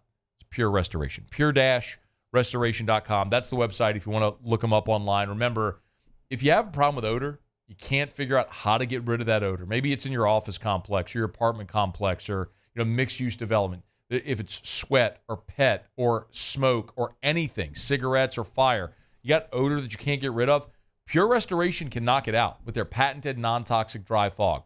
All of the different bacteria that causes odor, no matter what it may be, you can kill that bacteria. It's Pure Restoration, pure-restoration.com. If you have mold or other harmful pathogens, you want to sanitize a medical facility, a school, a locker room, a gymnasium, a workout facility, Pure Restoration. Let them come in, spray their patented non-toxic dry fog. It's more cost-effective than other remediation efforts, and it's more efficient. I mean, your home, they could be in and out in half a day. It's Pure Restoration, pure-restoration.com, pure-restoration.com. All right, glad to have you aboard with us here. If you missed it, by the way, good news. We just got the breaking news at the end of the last hour, half hour ago. The Pirates have called up Paul Skeens. He will make his big league debut Saturday against the Cubs. So maybe see if nothing's got what's going on Saturday. Somehow maybe we can get together a watch party or something like that. I know we did that with Aaron Nola when he made his big league debut with the Phillies. See if we might be able to work something out. I'm spitballing here, but it'd be fun to take that in all together if possible. One other quick thing before we hit this break, and a couple of things that might interest you with LSU baseball as they're sort of steamrolling toward the postseason now. Josh Edwards over at CBSSports.com, you're starting to see this a lot now, the rankings for next year's draft, all the way too early stuff. And I know generally speaking, people love mock drafts around the time of the draft, and most of us love mock drafts in context of the NFL team we follow, not necessarily as much as the player from the colleges that we follow and you want to see where they go. There is interest, but it's not as much as from the NFL side. So this doesn't always get the most attention. But as we always say, it's just interesting to see this early in the process what the perspectives are from draft analysts and scouts on guys on your team. And so Josh Edwards over at CBS ranked the top 10 offensive prospects for next year's draft. And, it's interesting to see all of the love for Carson Beck. And, one of the things that always stands out to me when we talk about Carson Beck is last year at SEC Media Days, Aaron Murray, I'm saying Aaron Rodgers. Aaron Murray was so high on Carson Beck. And a lot of us, I'll tell you, me included, perceive this as, it's a Georgia guy going to bat for the Georgia guy. But Beck had a good year last year, and he right now is projected as the number one offensive player in next year's draft by Josh Edwards over at CBS Sports. But the number two is the one that's going to maybe make you more interested, and that's offensive tackle Will Campbell at LSU. As a matter of fact, there was a way too early prospect ranking roundup that The Athletic put together. And when they combined all of these different prospect rankings for 2025, and they did sort of this consensus roundup, the number one prospect for next year's draft offensively was Will Campbell from LSU. He's the guy that you consistently see. While there might be conversations and arguments about which quarterback may be at the top, if it's Ewers or Beck or Shedeur Sanders, obviously you're going to have receivers in the mix. Luther Burden is one that's going to get a ton of love. Will Campbell is the one that consistently finds himself in everybody's top 5 or top 3. The other interesting one, and I love to see this, is Emory Jones. I got him as the 6th best offensive tackle, or excuse me, 6th best offensive player for next year's draft. So Will Campbell, number 2, Emory Jones, number 6. We talk about the guys we cover, and I know I'm guilty of this, and I've said for a while, LSU's got bookend tackles that are future first-round draft picks. And it feels that way, but you never know how a draft or a career may play out. But when you start to get this amount of validation from third-party and outside sources, it only underscores what we've talked about these guys forever with Campbell and Emory Jones. Like, you're watching something truly special. Yes, both of those guys started as freshmen largely out of necessity, but if you had better players than them, they would have played. A great example of that is Lance Hurd. You had a 5-star offensive tackle here a year ago that sat because you had better players in front of him. And not only did Campbell and Jones play out of necessity, but they were awesome as freshmen. They were even better as sophomores. It's going to be really exciting to watch that unit this year, which is another reason why, if you have a lot of confidence in Garrett Nussmeier in this offense, when you have an offensive line with that amount of experience and talent, the bookends that you have with Campbell and Jones, more reason to be confident about the offense, as I know Brian Kelly is. All right, it's after further review. We're glad you're hanging out with us here. Hump Day shows are brought to you by Pluckers. Let me knock out a quick break. When we come back, a little bit of what Jay Johnson had to say post-game against Northwestern State and how they're trending toward this weekend with Alabama in Tuscaloosa. Also, I want to talk more about what Brian Kelly had to say in the 30-minute or so interview with Jacques Doucet, not just about the NIL stuff, but what he had to say about the rest of LSU heading into the 2024 season. We'll get to all of that. Glad you're here. It's AFR. AFR. Brought to you by River City's 1 Hour Air, where they're always on time or you don't pay a dime. 752-0001, 752-0001, or 1hourbr.com. Y'all, go check out the Google reviews. Our friends at River City's 1 Hour Air have more than twice the amount of 5-star Google reviews of the next closest competitor. They've been in business for 40 years, and they've been treating homeowners awesome, just like me. You could be next. Give them a buzz at 752-0001, 752-0001, or 1hourbr.com. Here's a review from Joseph Beaudry, who said, Chris, the technician, came and found the problem very quickly, did a great job of fixing it, getting my AC back to running. They also came out the same day I called. You need a technician at your house quickly? You need the company that's always on time, or you don't pay a dime. It's River City's 1 Hour Air. 752-0001, 752-0001, or 1hourbr.com for River City's 1 Hour Air. With safety and tech to keep you connected. Supported by a 5-star sales, service, and finance team. And backed by the 1-star you know. So go the extra mile. It's never crowded because so few have what it takes to go there. Mercedes-Benz Vans. Farming is a way of life for us. It's not something we get up in the morning and dread going do. It's just something we go to bed at night looking forward to getting up to go do. John Deere equipment is what we as farmers strive to have. It's in your blood, it's in your veins. It's just a part of who you are. Green is what we want to be in. The other tractors were acquired to patch it up to get to where you want to be. Where we want to be is in John Deere. Flip the switch and learn more about what it means to be powered by sunshine at sunequip.com. The Windsor Senior Living Community in Mandeville, Louisiana is a beautiful, vibrant apartment community geared toward seniors. They are nestled right in the heart of Mandeville, where seniors live a more carefree lifestyle in spacious apartments with the peace of mind that comes from having a little extra help. Call the Windsor at 985-624-8040 to schedule a lunch and tour. Come see how the Windsor can be your passport to peace of mind. I've been doing business with Luba for 25 years. They're dependable, trustworthy. It's just the attention to detail with our clients. Our folks have years and years of experience. They're highly trained professionals, but many companies have that asset. What I'd like to think makes Luba a bit different is that we use those talents in a way that truly is dedicated to serving the needs of the folks who depend on us. When it comes to ending cancer, we push forward, always working together for you. That's why our cancer experts at Ochsner have clinically integrated with MD Anderson Cancer Center. This means advanced cancer care, including access to life-saving clinical trials and integrating care to treat the whole you. Introducing Ochsner MD Anderson Cancer Center. Long live you. Jerry and Benny Payne began Central Plumbing Company out of their driveway in Tanglewood Subdivision. 50 years later and 4 generations down the road, we continue to serve Baton Rouge and the surrounding areas for all of their plumbing needs.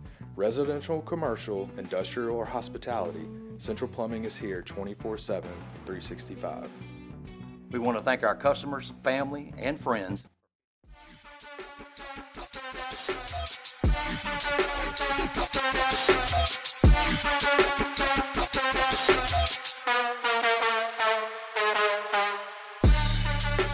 After further review with Matt Moscona, presented by Pluckers Wing Bar, open till midnight or later every night of the week, where every Monday is all-you-can-eat wings. Pluckers Wing Bar. If you don't like our wings, we'll give you the bird.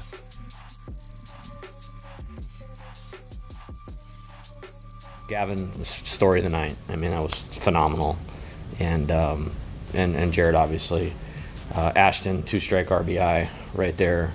Steven 2-strike double. We played like a winning team, and deserved to win in a really good baseball game tonight. I had somebody screenshot me on the text line the box score from LSU and all the offers in the lineup. So I don't care who we played or that we won. This is unacceptable. It's like some people will never be pleased. Baseball's hard. Baseball is a game of failure. Sometimes the best hitters in the world get no hit at the highest level of baseball. They won the game, and they're on to Alabama. But good teams also find ways to win even when you don't play your best. All the cliches matter. And LSU beat Northwestern State 6-5. Good and well, I don't care about winning a midweek game. It's not what this team aims to do. Teddy Cahill from Baseball America was here earlier this hour talking about regional projections. Notice the entire conversation was just about how many wins do you need in conference to get into the regional, not a single mention of a midweek game. So, LSU finished this season losing only one midweek game, and it's not going to help or hurt them a lick. So their RPI actually dropped a spot after last night's game. But what's maybe most important is what you're learning about your team. Gavin Guidry last night was awesome. Gavin Guidry gave you 4 innings out of relief, and was able to extend. As a matter of fact, here was Jay on the sophomore pitcher. It was like there was 2 of the 4 innings that were like 7 or 8 pitch innings. I like that a lot. And then I thought he pitched well and he mixed his pitches, located some fastballs, mixed the slider around a little bit, and made it tough on him. And again, those first 1, 2, 3, 4, they looked very hitterish tonight, and he was the one guy that was able to get him out of that. Gavin's one of the ones. And, I think as you're starting to see Jay shrink his lineup and his pitching staff, you're telling who is emerging. Like, for example, you're going Jump and Holman, right? Those are going to be your 1-2. And if you can hold Ackenhausen to be sort of your opener on Sunday or in Game 3, that's how you're going to approach it. And after that, I think you're kind of figuring out who else he trusts. You have Griffin Herring. And clearly we've seen Aiden Moffitt get more run of late. Sam Dutton is a strike thrower and someone he clearly is trusting now in conference play as you get to this point.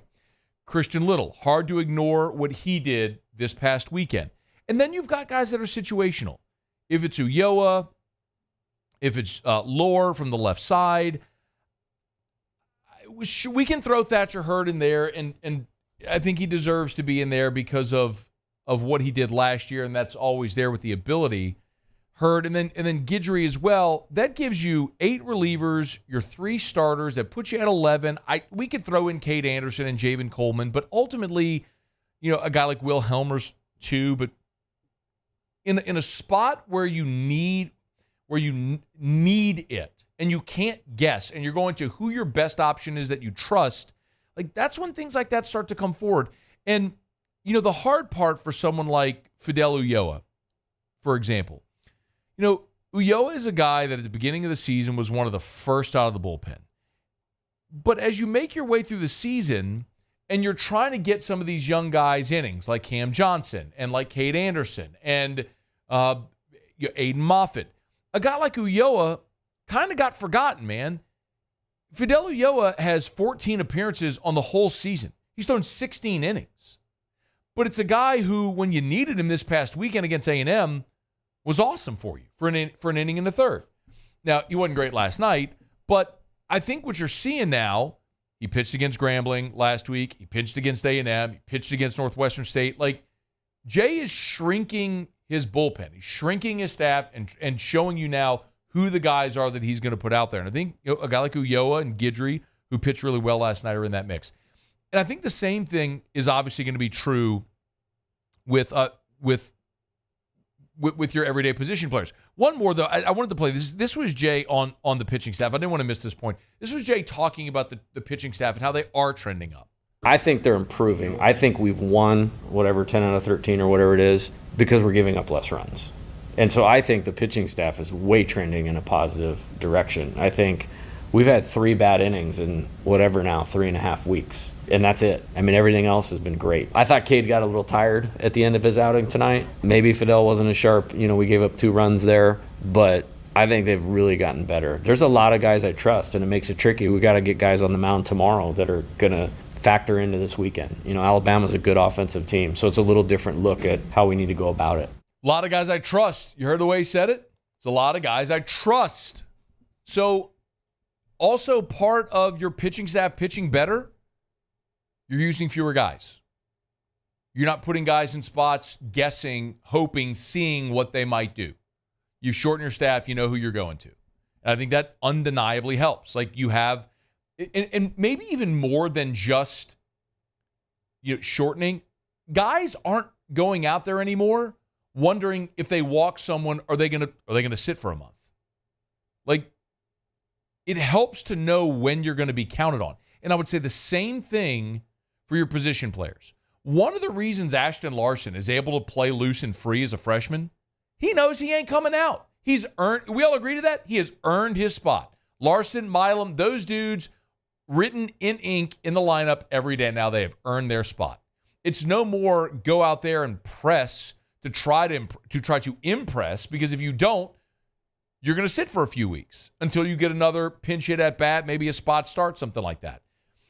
The other thing, and I'll give the attribution on this. I was talking earlier today with Doug Thompson, of course, former Tiger great, national champion pitcher. You hear him on the broadcast. And we were talking about 2 players in particular. And it's 2 players that have gotten, throughout their careers at times, a lot of grief from fans.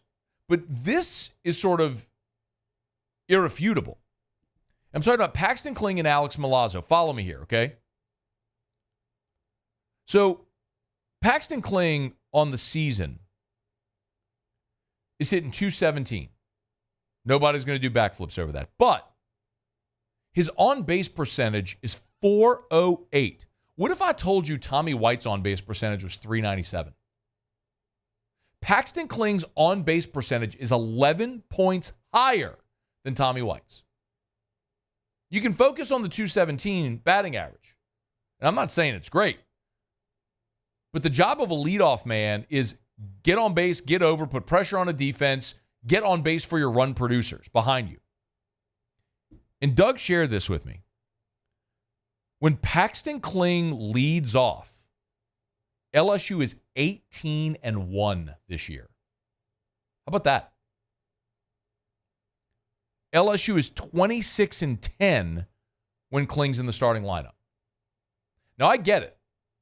And a lot of fans love to focus on that he's batting .217. And I've had this conversation all year about Paxton Kling. And I've had this conversation over the years about similar players. There were some of you who wanted to bench Jordan Thompson last year, which was stupid. We've had the conversation about Andrew Stevenson in center, or several years ago, Milazzo behind the plate when he was really struggling offensively, or Pap early in his career when he struggled offensively. But when you knew you needed Alex Lang to bounce a 57-foot breaking ball to get a swing and a miss, Pap was going to be a brick wall and block it up. Austin Nola at short in 2009. Said it a million times. You'll sacrifice a bat for an elite glove at a premium defensive position. You want to know why LSU has that kind of record when Kling's in there? He gives you elite defense in center field. And you may overlook that, but I'll go back to Saturday night against Texas A&M. 2 outs in the ninth. Guidry pitching, 2 on, runner at second. Appel off the bat hits a missile to right center which off the bat looked like an RBI double. And Paxton Kling got the jump off the bat and made the play. How many runs do you save when you have great defenders in the ballgame? When you focus so much just on run producing, you lose sight of how much they're saving. This was the other thing that Duggar shared with me. LSU is a losing record when Kling is not in the starting lineup. LSU is 6-8 when Paxton Kling is not in the starting lineup. I don't even know how you refute any of this. 26-10 when he's in the lineup, 6-8 when he's not. How about this with Alex Milazzo? When Alex Milazzo catches, LSU's team ERA is almost 4 points lower. Steal pitches. He steals strikes. He manages the staff. You get higher production out of your pitchers. Like, these, you can explain it however you want.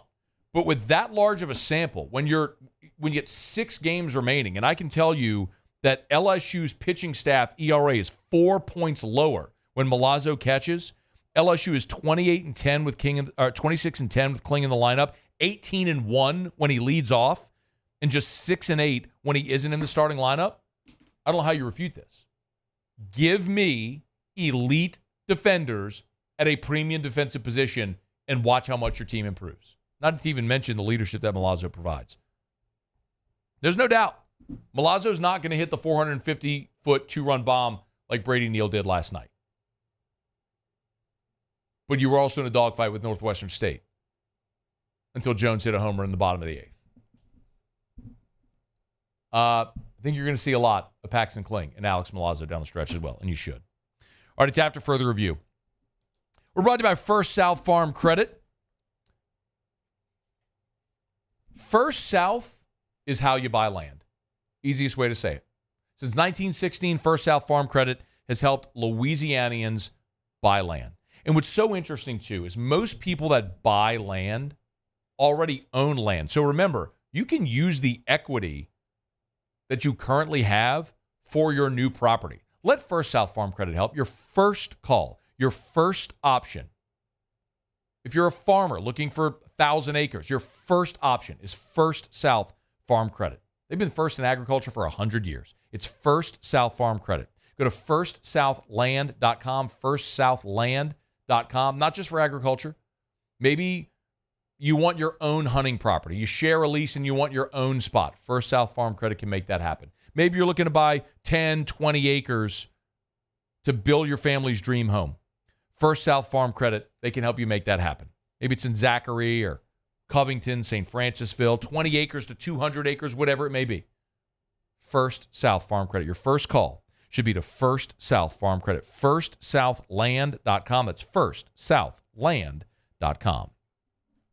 All right, y'all. If you want to jump aboard, you always can. You can email us, tweet us, text us in the 225-396-4400, 396-4400. Open the show today with my reaction to the Brian Kelly comments about NIL that's gotten a lot of conversation on all the social sites everywhere. If you want, you go back and catch that on demand on our YouTube channel or AFR On Demand, however you get your podcast. Just search After Further Review, AFR On Demand, presented by Brett Golf. We will talk a little bit more about what Brian Kelly had to say coming up after the top of the hour. Quick break. When we come back, Muse will have Tigers and the Pros. Don't you move. It's AFR. AFR. Brought to you by the Renaissance Hotel, the Watermark Hotel, 2 amazing hotel properties, Watermark Downtown, Renaissance Southtown. Hey, remember, Mother's Day is Sunday. If you don't know what you're doing yet with Mom, brunch, Mother's Day brunch at the Gregory could be an awesome option. I would call for reservations. They're probably getting dangerously close to being sold out. So, look, the brunch, the Mother's Day buffet brunch, is from 10 a.m. to 2:30. And, man, this feast will have prime rib, leg of lamb, charbroiled oysters, so much more. You can reserve your table through Open Table. So you can do that right now. If you go to their Facebook or if you go to the Gregory at the Watermark on Open Table, you can reserve your spot for Mother's Day brunch this Sunday. Again, remember, complimentary valet parking at the Watermark downtown when you're eating at the Gregory. It's downtown at the Watermark Hotel.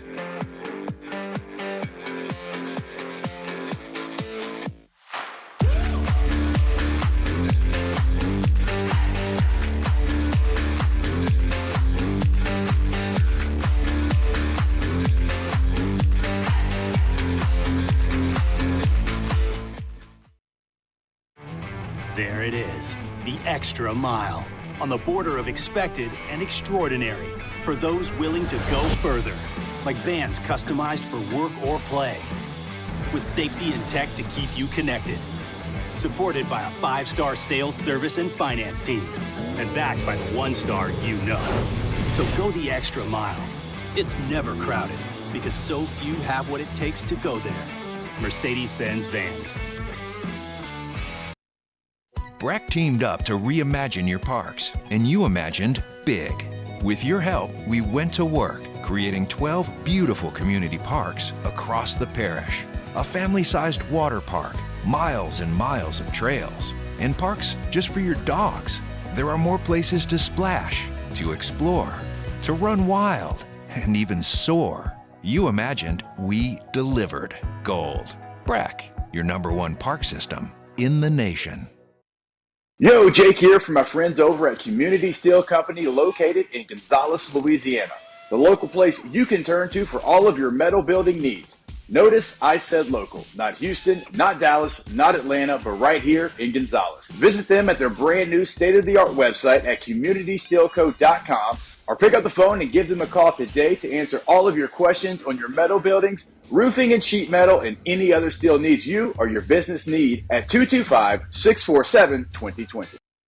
Dylan Cruz here to tell you about Six Rings Baseball and Softball Camp. If you live on the North Shore and play ball, go to Six Rings Camps with former LSU assistant coach Dan Canaveri. His knowledge is second to none, and your child will improve and have fun doing it. Camps are held at Coquille Park and Six Rings Academy in Covington with 4 sessions over the summer. Full day and morning only sessions are available from ages 7 to 13. Go to sixringsbaseball.com or call 985-206-9096. Learn the game to love the game.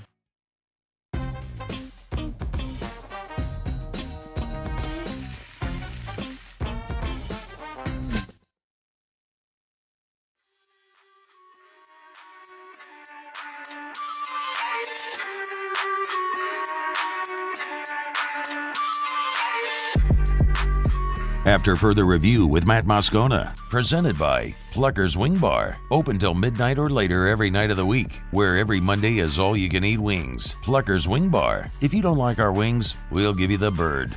All right, wrapping up hour number 2, Muso, Tigers in the pros. Tigers in the pros. They still bleed purple and gold. They're just really rich now.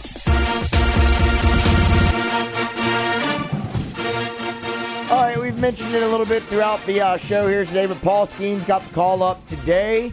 Long-awaited call up. He'll make his debut Saturday, May 11th against the Cubs. That means that Paul Skeens will finish his 2024 minor league season. Well, I guess I shouldn't say that, but I don't think many expect him to go back down. To this point in AAA, 7 games, 7 starts, a sub-1 ERA, 45 strikeouts, and 27 in the third innings pitched. That's pretty good, right? Yes. Paul Skeens for his career in minor league baseball, 1.85 ERA. Oh, that's sub-2. That's sub-2. He had to just be so bored down there. But, you know, he gets the call up, and here we go. Yeah. Major League Baseball earlier today, Aaron Nola on the bump for the Phillies. Tough luck loser today for Nola because the Phillies stink. Nola 5 2/3, 4 runs, didn't walk anybody, struck out 7. That's good. That's really good. It's a really good start. And they only scored 3 runs, so they lost. Stink. Yeah, and he gets the L too, which is just not fair at all. Stink. They do. They stink. Alex Lang lost the game for the Tigers today too. Well, I shouldn't say he lost the game for the Tigers. He got the loss in pitching the final 2/3 of the game. Only gave up an unearned run, but unfortunately that was the one that was the difference in the ball game. Langer pitched against the Yankees this weekend. Came in a bases loaded situation in the 7th or the 8th. How'd that go? Got to fly out. There we go. Yeah. Love to see it. Your guy, Hunter Fiducia, this is one of Matt's favorite players of all time at LSU, went 2 for 2. Locked into him forever. Went 2 for 2 yesterday in his game for the Oklahoma City Baseball Club. I've never seen that guy in my life. One of the 2 hits was a double, and he drew 2 walks. He was all over the base paths. Why does Hunter Fiducia exist in a black hole in my brain? I don't know. That's so weird. I don't know. Dylan Cruz went 2 for 4 yesterday as well with his third. I remember Casey Tabor. the holder for the backup quarterback walk-on holder for the 1997 LSU football team, and I have no recollection whatsoever of anything related to Hunter Fiducia. That is brutal. All right, that's Tigers in the Pros. Presented by Lee Michaels Fine Jewelry, lmfj.com, lmfj.com. Mother's Day is Sunday. Gents, don't screw it up. Thrill mom with a gift in the red box from Lee Michaels Fine Jewelry. 9 locations. You got 2 in Baton Rouge, Lafayette, New Orleans, Shreveport, all over. Don't screw it up, guys. The experts at Lee Michaels Fine Jewelry will find something that will thrill her and make you a hero this Mother's Day. It's Lee Michaels Fine Jewelry. lmfj.com for Lee Michaels Fine Jewelry. Okay, hour number 3 coming up right after SportsCenter. Don't you move. It's AFR presented by Pluckers. AFR. Man, I was looking at the tread on the tires of our ESPN vehicle earlier today. Might be about time. Well, you know where we're going to go. Shawbills. Where else would we go?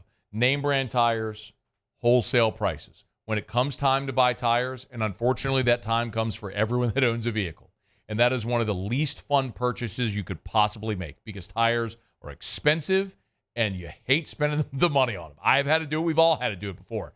So get the best tires on the road that are going to give you peace of mind for you and your family at the cheapest price possible. That's Shawbills. And the bonus, the benefit, is that they're going to treat you like family. You want to go wait at Shawbills? Great. They got free Wi-Fi, comfortable furniture, flat screen TVs, a cool kitchenette where you can have coffee. I get work done when I go to Shawbills. Any of their locations. Find the location nearest you and get to know our friends, your family at Shawbills. ShawBillsTire.com. Shawbills, we keep you rolling. Bayou Chrysler Dodge Jeep Ram is taking $11,000 off the new 23 Dodge Charger. We're open for business in our beautiful new showroom and taking $11,000 off the powerful new Charger. All new Bayou vehicles come with a 1 million mile warranty. The crew at Bayou Automotive is going to do right by you.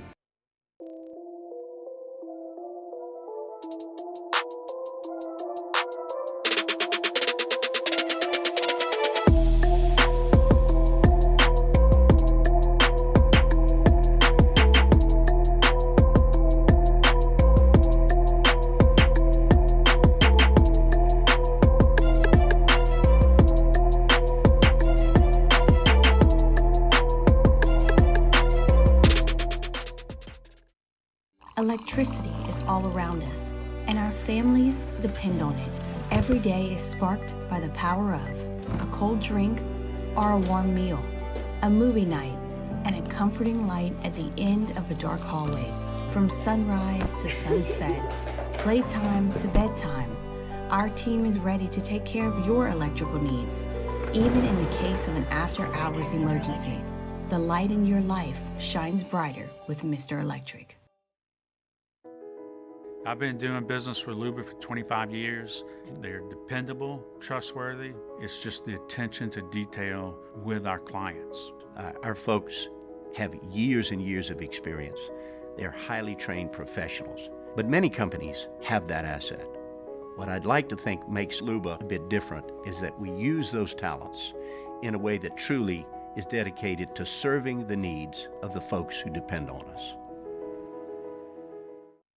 Hey, it's Matt Moscona. For years, you've heard me tell you about Insurance Network of Louisiana, helping you find better coverage for less money. But it's not just for your home and auto. They also offer commercial property. So, retail stores, professional offices like doctors, dentists, attorneys, clothing boutiques. Insurance Network of Louisiana can find you better coverage for less money. They service the entire state of Louisiana, and they're local. So call today at 293-0450 or lainsurance.net. When it comes to ending cancer, we push forward, always working together for you. That's why our cancer experts at Oshner have clinically integrated with MD Anderson Cancer Center. This means advanced cancer care, including access to life-saving clinical trials and integrating care to treat the whole you. Introducing Oshner MD Anderson Cancer Center. Long live you.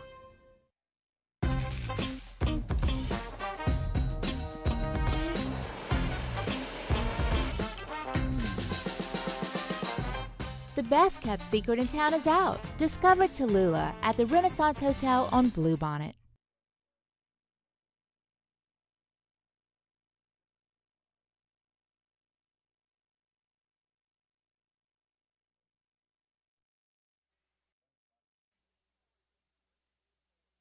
This is SportsCenter.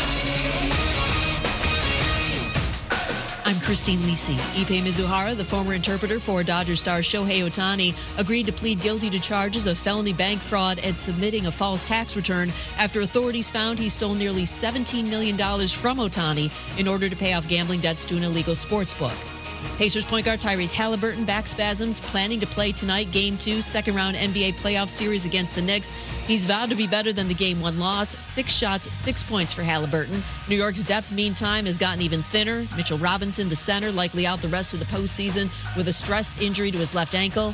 MSG Network Knicks analyst Alan Hahn. The Knicks rely on rebounding because they're not a great shooting team. They're the best offensive rebounding team in the league, and he was, before his injury early in the season, was the best offensive rebounding center in the league. So they are missing a key element of what makes them a really good and competitive team. That you cannot replace no matter who it is in the lineup. Second-round Stanley Cup playoff doubleheader tonight. Bruins-Panthers Game 2, 7:30 Eastern on ESPN. Then it's the Oilers and Canucks in their series opener. ESPN Radio is presented by Progressive Insurance. At Progressive, they're making things even easier. They'll help you bundle your home and car insurance together so you can save on both. Learn more at progressive.com or 1-800-PROGRESSIVE. Matt Moscona. I'm very important. After further review. Say it one more time. After further review with Matt Moscona. And here we go. Live from the Mercedes-Benz of Baton Rouge studios. Let's ride.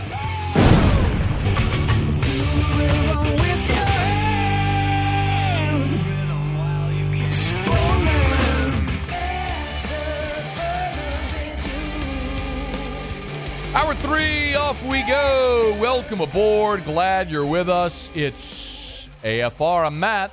You're a loser. Hey, shut up, kid. Paul O'Neill. They're chanting Paul O'Neill's name.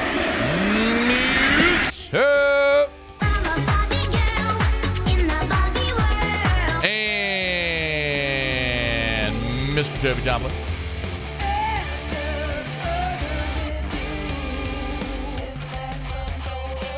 All right, we're here. Glad you are as well. 5 o'clock quitting time. Glad you're driving home with us. Oh, by the way, it's a hump day. Yeah, that was a thing. The thing that happened to IRL. It's hump day. Yep. Did that. Mike. What day is it, Mike? Brian Kelly set Twitter a Twitter. Hump day. Because of those the 3 seconds. These 3 seconds, boy, just sent everybody crazy. Whenever you're ready, Muse. No worries. We'll just keep on going. I'm sure people know by now. We're not in the market of buying players. So everybody thinks LSU don't spend an NIL. It's hump day. Listen to the whole comment, you jerk. Mike. What day is it, Mike? I'm just kidding. You're a beautiful child of God, whoever you are. Hump day. John Stinchcomb was here in hour 1. It's hump day. I like talking to John. Mike. What day is it, Mike? This guy. Good insights. Hump day. Super Bowl champ. It's hump day. Former Pro Bowler. Mike. What day is it, Mike? Georgia Bulldog. Hump day. It's all right. This one, Georgia wasn't any good. It's hump day. I mean, Mike. What day is it, Mike? Wasn't all that. Hump day. Couldn't win the big one. That was early. That was like year 1-2 of Mark Richt. It was early Mark Richt. It's hump day. He was there. He might have been a little Jim Donnan, too. Mike. What day is it, Mike? In a minute. Hump day. Teddy Cahill was here. It's hump day. Baseball America. Mike. What day is it, Mike? Clearly they hate LSU. Hump day. Don't have them in the field. It's hump day. Yet. Mike. What day is it, Mike? First 4 out. Hump day. How you feel about that, Muse? First 4 It's out. hump day. Feels about right, actually, right now with where they are. Why do you hate LSU? I don't hate LSU. Sounds like it. No, they went 2 out of 3 this week, and you're going to see them projected in. It's hump day. Matthew Musso hates LSU. Mike. What day is it, Mike? Put it on Twitter.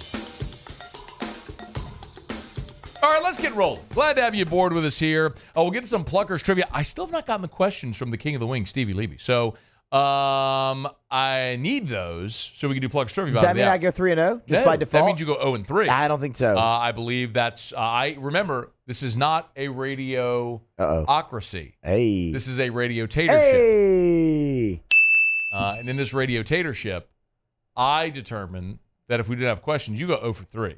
That's not fair. I'm sorry. Did I stutter? No, you didn't. I'm just saying. I very clearly said this is not a radio-ocracy. This is a radio-tatorship. I make the rules. I don't care if you think it's fair or not. It's not about being fair. The only fair is buses and Ferris wheels. What? Only fair here is on buses and Ferris wheels. Oh, okay. I got you now. I was like a bus fare. Yeah, got you. Ferris wheel at a fair. Got you now. Did I explain this to you? You okay? I mean, that time you did, yes. I mean, because it just didn't register, but I got you now. Keeping up? Yeah, got you now. Yeah. All right. Well, LSU is continuing its search for help at defensive tackle. The field is narrowing, but LSU is still plowing on. We know, of course, Philip Bleedy from Indiana picked Auburn. It was early in the process. And then last week, we learned about Bleedy. We learned about Dominic Williams picking Oklahoma, Simeon Barrow picking Miami. So the top three targets that LSU is after off the board, how would they then sort of reassess their attention? Well, one of those prospects was C.J. West, and I say was in the past tense because C.J. West has made his decision. The Kent State defensive lineman announced today on Wednesday that he is transferring to Indiana. So made that commitment announcement earlier today, led to much melt from LSU fans on Twitter alike.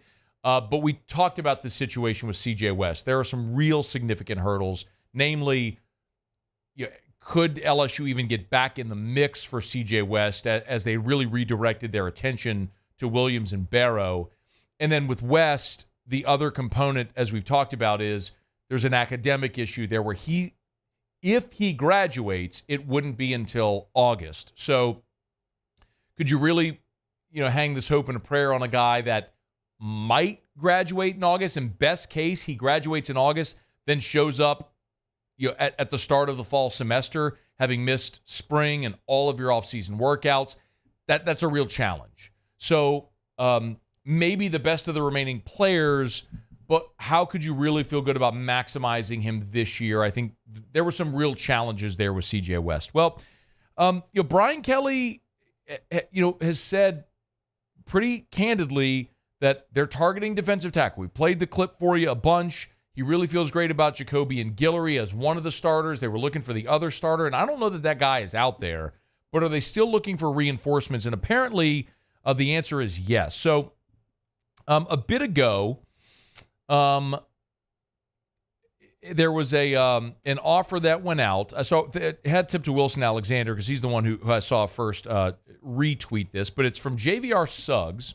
JVR Suggs is a defensive lineman from Grand Valley State. Remember, that's in Michigan, where Brian Kelly used to coach. He tweeted out earlier today on Wednesday, blessed to receive an offer from LSU. So LSU has offered JVR Suggs. I hope I'm saying that right. And if you're curious, I always kind of look at, all right, well, who else is interested?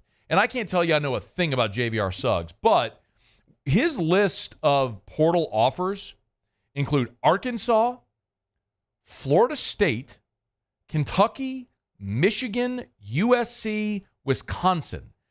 That's his final six. So he had narrowed down his final six, and now LSU's jumping into the mix there. So he's taking visits to Florida State, Kentucky, Michigan State. We'll see how this may all play out, but this is a guy that had 42 tackles in 2 seasons, 42 tackles, 14.5 for loss, 8 sacks, couple of forced fumbles. Again, remember, playing at a lower subdivision there, Division II, at Grand Valley State. But we saw this like with Florida State with Jared Verse, right? Bringing him in from Albany, and then he became a stud. And sometimes it's the way it goes. Just because you don't know the name of the school, and I get it. It feels like a reach. It's dramatically different than a solid starter at places like TCU in the Big 12 and Michigan State in the Big 10 when you're talking about proven commodities at the Power 5 level and guys from smaller schools who are trying to move up. But you do see these success stories, guys that weren't highly coveted at 17, 18 years old. They go to a lower classification. They get bigger, stronger, faster over 3 and 4 years, and then they're ready to compete at the next level. So now they have the opportunity thanks to the transfer portal. Couple of other names worth keeping in mind. One I was told today, making a few calls after I saw the CJ West news, is Cameron Douglas. So Cameron Douglas was a 3-star coming out of high school, and instead of going the scholarship route at some smaller schools, Vanderbilt, places like that, he chose to accept a PW, a preferred walk-on, at the University of Tennessee. Now, he redshirted 2 years ago in 22, and then in 23 didn't see the field. So again, he was a PWO at Tennessee, but was a 3-star coming out of high school and was going to be a reserve defensive lineman for Tennessee this year. I know people are going to ask the question.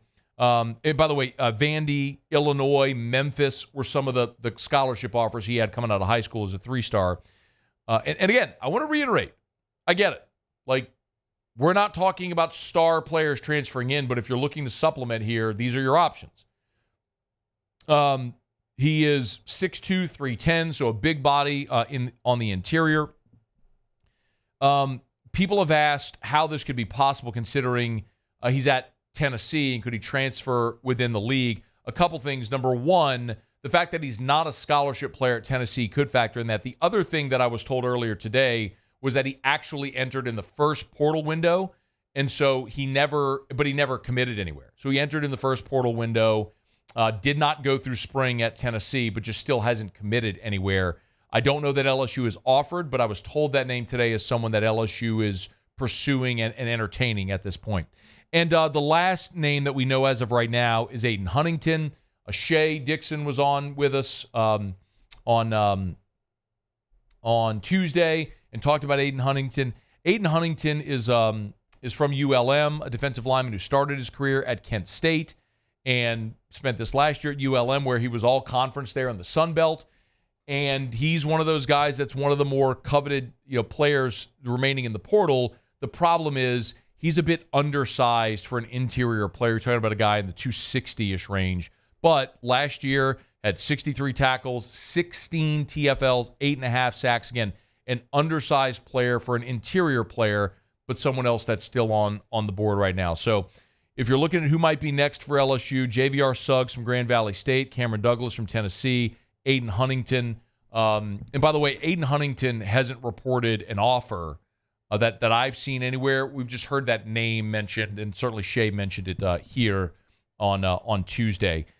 I'll continue to remind you as we look at that defensive tackle position. A year ago, LSU was desperate for bodies. It's why they went and added Jordan Jefferson, and it's why they added Paris Shand and Braden Swinson. And they needed bodies on that interior, Jalen Lee. So they signed a bunch of bodies because they just didn't have enough depth at the position. When you look at it right now, you have bodies. This is sort of the conflicting thing that I have as we continue to watch LSU with this sort of frenetic portal pursuit at defensive tackle. And if you are coming out of spring and you still have this much of an onus on seeking something, even after the big targets are off the board. I mean, I look at Guillory, I look at Lee. Those two guys would make a lot of sense. You signed Gio Paez out of Wisconsin, who's a 6th-year player. That's 3 veteran players already. Sean Washington. We need to get a pronunciation. I know Brian Kelly keeps saying Sean. I've heard some people say Sean. I've heard Sean and Sean. But that's a guy who's from New Orleans, good enough to get a scholarship to Georgia, was there a year, went JUCO, now at LSU. You've got Dominic McKinley coming in, who's a 5-star freshman, on the interior. That's 5 guys right there, not even counting Demyron Johnson, the other freshman coming in. A guy like Kimo Makaneoli, who flipped over from the offensive line. I mean, that's 1, 2, 3, 4, 5, 6. That's 7 interior bodies, not even counting Preston Hickey, who was an Oklahoma State transfer, who's here now as a preferred walk-on, who had a really nice spring. I mean, Guillory, Lee, Paez, Washington, McKinley, Johnson, Kimo, and Hickey. That's 8 interior bodies right there. And then there's also going to be fronts where you see Savion Jones and Paris Shand kick inside as well. So I guess my point is, I don't know that I'm desperate for LSU just to add a player to add a player.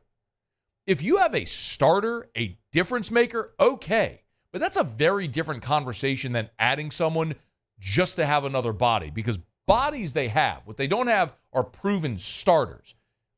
If you can't find that in the portal, I don't know that I really see the urgency and necessity of adding someone just to add someone. We'll continue to follow it, and as we have updates, we'll let you know. All right. Brought to you by Supper Club. It's Wednesday night. Great opportunity to get by Supper Club. Matt, I don't have a reservation. I got an idea. Give them a call, because you can always call. You never know. Sometimes they have day of reservation cancellation, so you can call over at Supper Club, or you can log on to supperclubbtr.com, supperclubbtr.com. If you want to call the phone number, it's 341-1000. Call them right now. It's 5:15 in the afternoon. You're driving home thinking, man, I've never been to Supper Club. Let me take my shot tonight. 341-1000. If they had a cancellation, maybe you can get a reservation, get in there. But remember, they've open seating at the bar now. So even if you don't have a reservation, you're free to walk into Supper Club, belly up to the bar, try a premium cocktail. Y'all know I'm a whiskey nerd. They have as good a selection as anywhere in town. You want your Van Winkles and your Wellers, they got it. The hard-to-find bottles, the allocations, they have it at Supper Club. You want to go have a truly rare experience, you can do it at Supper Club. You want to go treat mom for Mother's Day, maybe this weekend or coming up next week, you can certainly do it. Book your reservation at supperclubbtr.com. We talk so much about the vibe and the ambiance and all the fun, but y'all, the food is just unmatched. I mean, check out their sea bass. Whether you're having scallops or steak, the sea bass, the Chilean sea bass that they have is unmatched. It'll be one of the finest pieces of fish that you ever put into your mouth. That's true with anything you order at Supper Club. Get your reservation at supperclubbtr.com, or pop in after work, belly up to the bar, have a cocktail, glass of wine tonight at Supper Club on Perkins Road in Baton Rouge. All right, it's After Further Review. We're glad you're here. Let me knock out a quick break. We continue to search for the Pluckers trivia questions. When we have them, we'll get to Pluckers trivia with Muse as well. Stay here at AFR. AFR. Bayou Ford has the new inventory to get you in a new Ford truck or SUV today, or customize your next vehicle just the way you want it. All new Bayou Ford vehicles come with a 1 million mile powertrain warranty. The crew at Bayou Ford is going to do right by you.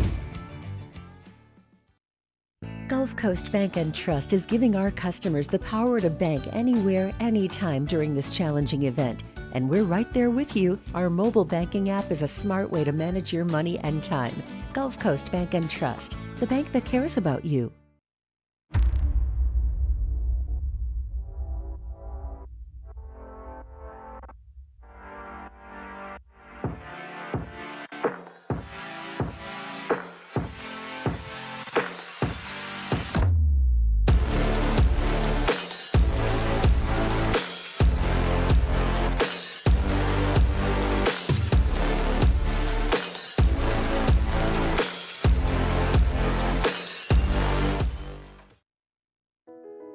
I've been doing business with Luba for 25 years. They're dependable, trustworthy. It's just the attention to detail with our clients.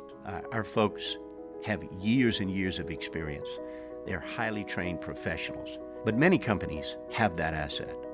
What I'd like to think makes Luba a bit different is that we use those talents in a way that truly is dedicated to serving the needs of the folks who depend on us. Jerry and Benny Payne began Central Plumbing Company out of their driveway in Tanglewood subdivision. 50 years later and 4 generations down the road, we continue to serve Baton Rouge and the surrounding areas for all of their plumbing needs. Residential, commercial, industrial, or hospitality, Central Plumbing is here 24/7, 365. We want to thank our customers, family, and friends for 50 years of success. And looking forward to 50 more.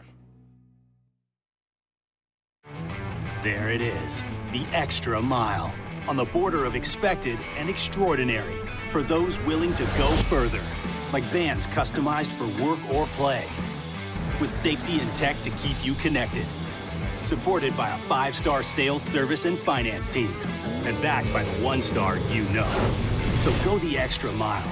It's never crowded, because so few have what it takes to go there. Mercedes-Benz Vans. Breck teamed up to reimagine your parks, and you imagined big. With your help, we went to work, creating 12 beautiful community parks across the parish. A family-sized water park, miles and miles of trails, and parks just for your dogs. There are more places to splash, to explore, to run wild, and even soar. You imagined, we delivered. Gold. Breck, your #1 park system in the nation.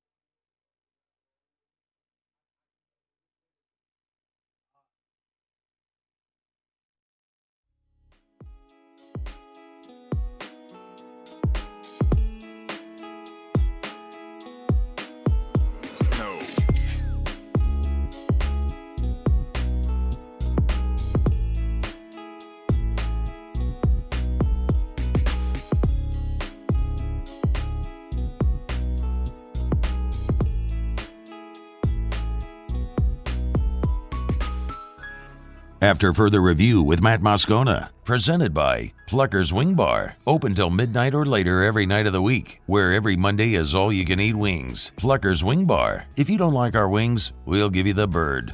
Okay, Muse, we do have a verdict here from our guy Steve Levy. Stevie Levy, the king of the wing. The trivia host never sent him the questions, so the onus is now on me to come up with 3 questions for you in the next segment. Well, How about that? You don't have a lot of time. Oh, I think we can make something happen here, Muse. I mean, you got to host this entire segment. Well, I'll have a break. I'll have a 3-minute break to come up right. with something after this segment. All right. Did we mention somebody named Murray on the show today? Because someone, Patrick at 428 said Murray present on the text line. I don't know, but I mean, I thought that was only for Latavius Murray. Murray, present. I mean, I didn't think they just applied Did we to talk? blanket Did Murrays. we talk about another Murray at 4:30? No, you did LSU baseball at 4:30. Well, this should have been the end of the 4:15 segment. What did we do there when your guy wasn't? As you did schedule release and the offensive line talent. Yeah. That's right. Yeah. And I don't know why I said that. Mark Wilson also said, don't forget about Ahmad Bro. He's up to 275 pounds and playing defensive tackle currently. I did see that he tweeted that he's up to 275. Yeah, so it's another body. I guess the point being, when you look, like, if you missed in the last segment, we kind of went through the options, the transfer portal options that are still out there for LSU. And the point that I'm going to continue making is Guillory, Lee, Paez, Washington, McKinley, Demyron Johnson, Kimo, Makaneoli, Preston Hickey, Ahmad Bro, like, you have bodies. I'm not looking for LSU to sign a defensive lineman just to sign a defensive lineman. Like, if you could have added Simeon Barrow, Dominic Williams, a guy that's been a starter, plug and play, Power 5 starter, boom, awesome. But that guy's not there. Like, I don't think you need, like, I would rather give some run to Gio Paez and Sean Washington and Dominic McKinley and see how those guys develop throughout the year than just to say, hey, let's go add someone because. So we'll see what they do. All right, glad to have you aboard with us here. If you missed it earlier today, there was a little bit of breaking news from the New Orleans Saints, and it's that Kellen Mond has been waived. Now, I don't think this should come as a great surprise. By the way, it was Field Yates who had it first. So Field Yates had it first earlier, about 3:28 this afternoon. We were in hour 1. So Kellen Mond and Tommy Kramer, the offensive lineman, were waived by the New Orleans Saints. Of course, the Saints had just recently signed Kellen Mond, and it was a camp arm situation, right? You get your starter in Derek Carr. You've got your experienced veteran backup in Nathan Peterman. you have Jake Haener, who's your project, and you were going to need some competition and somebody else that was going to be a camp arm, so you brought in Kellen Mond. Fine. Well, when you draft Spencer Rattler, that doesn't you no longer need, it doesn't necessitate having someone like Kellen Mond around anymore because you'll have Haener and Rattler, Peterman and Carr. Those are going to be your 4 for camp, and that makes a lot of sense. I was looking at, I was reading this piece at ESPN.com, and it was anonymous coaches talking about draft prospects. And it was one for each team. And with the Saints, the conversation went to Spencer Rattler, naturally, as you would imagine. He was one of the more intriguing prospects in the entire draft. I'm not saying that as a Saints fan. That's just, this was a guy that we've all known his name since he was a senior in high school, and he was the number 1 quarterback in the country. And he was at one point a projected first-round pick. You get the story by now. So, yes, the fact that Spencer Rattler fell to round 5 was the big day 3 story, and it's one of those things everybody's going to follow. Well, the write-up read, South Carolina quarterback Spencer Rattler's fall to the 5th round was in part a need issue. This is something we talked about. 2 teams extremely high on him, the Atlanta Falcons and Denver Broncos, drafted quarterbacks in the top 12 that essentially left Las Vegas, who had made the calculation, Aiden O'Connell, Gardner Minshew combo, alleviated their need to reach for a quarterback. So essentially what they're saying is, it's what we said. You had 6 quarterbacks go in the top 12 picks. So all the quarterback-needy teams took their quarterback in the top 12 picks. So who else needed a quarterback? It's certainly not say you couldn't draft one like the Saints. I mean, you have a starter in Derek Carr, but where are you going to make the investment in that pick? Well, it didn't come to round 5. That's in part why Rattler lasted so long. And this write-up reads, make no mistake, Rattler is not perceived as 138 picks worse than Bo Nix. Some evaluators had him awfully close to the same tier as Nix. One of the things we talk about every year in the draft is sort of the luck or unluck of that draft. Brian Thomas Jr. is the example I've used a ton in this year. A year ago, Brian Thomas would have been the first wide receiver in the draft. You didn't have a receiver come off the board last year until the 20s. Brian Thomas, last year, would have been the first receiver taken in the draft. This year, was he the 5th? I mean, sometimes that's just the way the cookie crumbles. But if Bo Nix went 12th overall, and there are teams that had Nix and Rattler in the same tier, you're telling me, in a way, we already know this. I'm going to verbalize it. In some respects, you had a first-round talent on your hands sitting there in round 5. The other thing that was interesting, and this was a coach who was quoted with one team who said about the issue of Rattler with the documentary when his high school QB1, there was some scuttle after the draft that that's the reason that Rattler dropped because of the way he was perceived in that documentary. This source, again, ESPN.com, a source with a team, an unnamed team, we don't know. Quote, really didn't harp on it much. It wasn't a big thing. He's matured a lot since then, like we all have. If there was a camera in my face when I was in high school, I wouldn't have looked great either. He was impressive in his interviews. Spencer Rattler talked about this after the draft when he was picked by the Saints. He talked about the adversity that he's gone through and how it sort of matured him.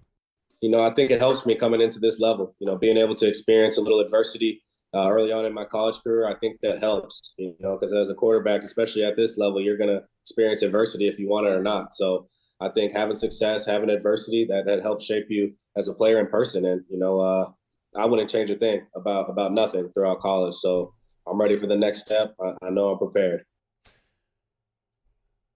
So Kellen Mond's out. The quarterback room is already thinned. You've got Carr, who's your starter. You've got Peterman, who's your veteran backup. Then you've got Haener, who you drafted last year, and Rattler, who's the kid oozing talent, who maybe potentially could end up being a starting quarterback in the NFL. As a matter of fact, Dennis Allen was asked that point blank after the draft. Is there a world where Spencer Rattler could become a starter? Do you see him as potentially developing into a starter one day? Is that? Yeah, I definitely think he's got the ability to develop into that. He's got a lot of work to do, but I think he's got I think he's got that developmental quality to him. Yeah, absolutely.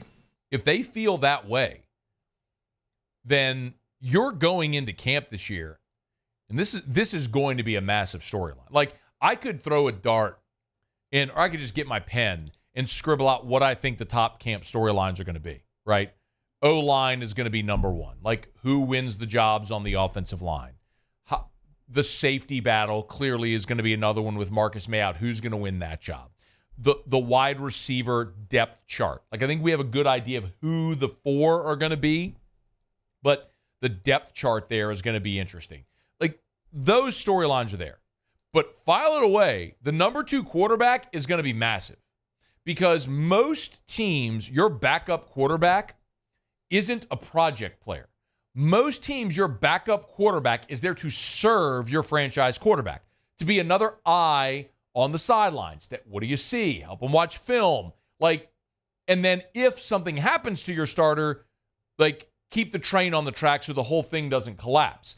Like, all those years with Drew Brees. Remember, he had Mark Brunell backing him up. Then he loved Chase Daniel. Drew loved Chase Daniel, not because Chase Daniel was ever going to be a starter in the league, but because he trusted Chase Daniel as a veteran presence who knew how to watch film and was like him a lot. They spoke the same language. There was another eye on the field when he came to the sideline. I mean, McCown for a while there with the Saints as well. Look at all the backups they had for Drew. That's the role Peterman is supposed to fill on this team. I mean, Nathan Peterman, no one is ever going to confuse Nathan Peterman with like a dominant or a starting quarterback in the NFL. But this is a guy who throughout his NFL career has played in 15 games. He's made 5 starts. Again, I'm not telling you he's got a world of experience, but he's been around the league now for a half dozen years. He's been with Buffalo and the Raiders and the Bears. So he's seen a lot, and that's another good pair of eyes that can be an asset to assist Derek Carr. Well, if you feel like Rattler can be a starter, then you're not going to risk Rattler on the practice squad. So this camp is going to be fascinating for that because I think Rattler is going to be ahead of Jake Haener, period, paragraph, no questions. The question is, can Rattler beat out Peterman? Because if they go through camp and preseason and see something in Rattler, then you're not going to risk cutting Rattler, sign him to the practice squad, and have someone sign him away to their active 53. That's what happened with Ian Book. Ian Book used a 4th-round pick on him. You cut him, you were going to sign him to the practice squad. The Eagles signed him to their active roster. One of your 4th-round picks gone. You're not going to risk that with Rattler if you think there's a future there as a starter.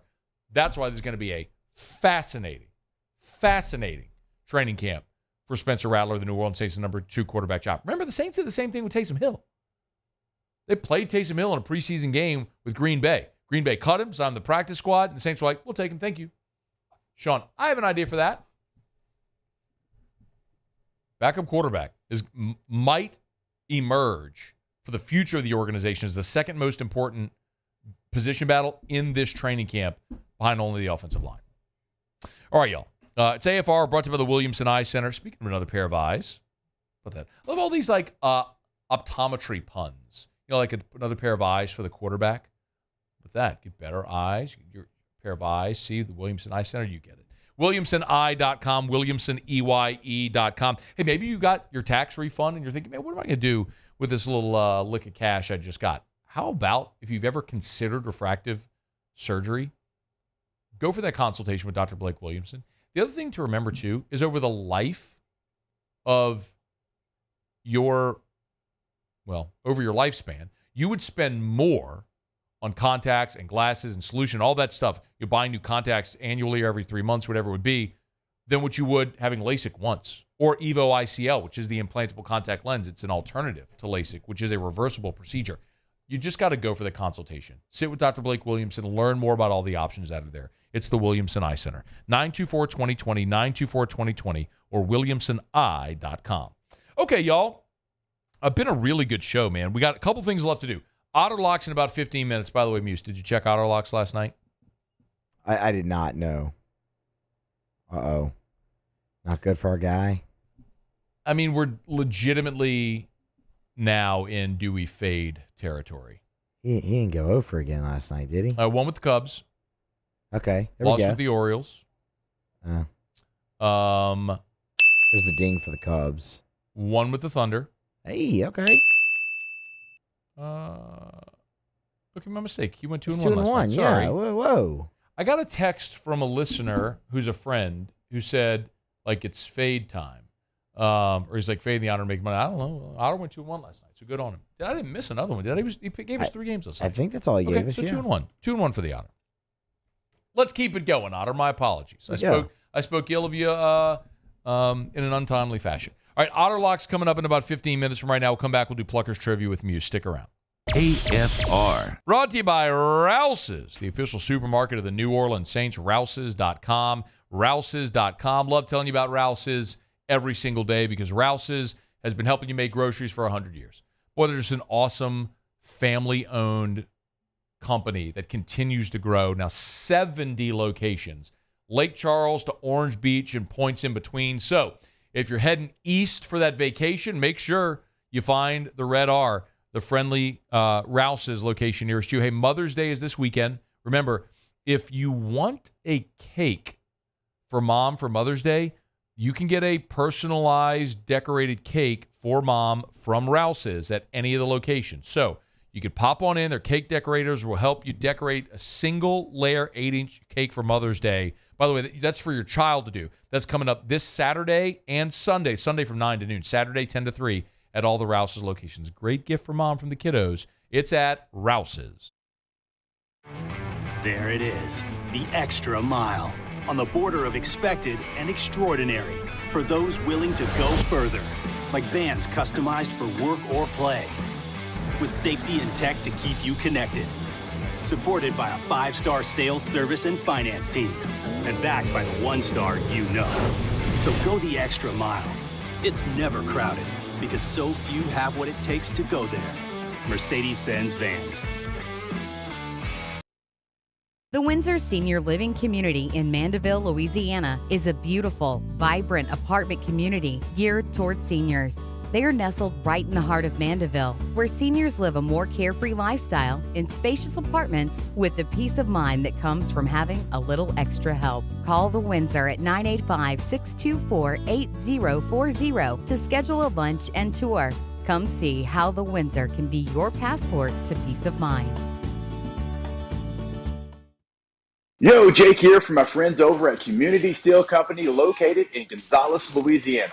The local place you can turn to for all of your metal building needs. Notice I said local, not Houston, not Dallas, not Atlanta, but right here in Gonzales. Visit them at their brand new state-of-the-art website at communitysteelco.com or pick up the phone and give them a call today to answer all of your questions on your metal buildings, roofing and sheet metal, and any other steel needs you or your business need at 225-647-2020. Dylan Cruz here to tell you about Six Rings Baseball and Softball Camp. If you live on the North Shore and play ball, go to Six Rings Camps with former LSU assistant coach Dan Canaveri. His knowledge is second to none, and your child will improve and have fun doing it. Camps are held at Coquille Park and Six Rings Academy in Covington with 4 sessions over the summer. Full day and morning only sessions are available from ages 7 to 13. Go to sixringsbaseball.com or call 985-206-9096. Learn the game to love the game. Electricity is all around us, and our families depend on it. Every day is sparked by the power of a cold drink or a warm meal, a movie night, and a comforting light at the end of a dark hallway. From sunrise to sunset, playtime to bedtime, our team is ready to take care of your electrical needs. Even in the case of an after-hours emergency, the light in your life shines brighter with Mr. Electric. Hey, it's Matt Moscona. For years, you've heard me tell you about Insurance Network of Louisiana, helping you find better coverage for less money. But it's not just for your home and auto. They also offer commercial property. So, retail stores, professional offices like doctors, dentists, attorneys, clothing boutiques. Insurance Network of Louisiana can find you better coverage for less money. They service the entire state of Louisiana.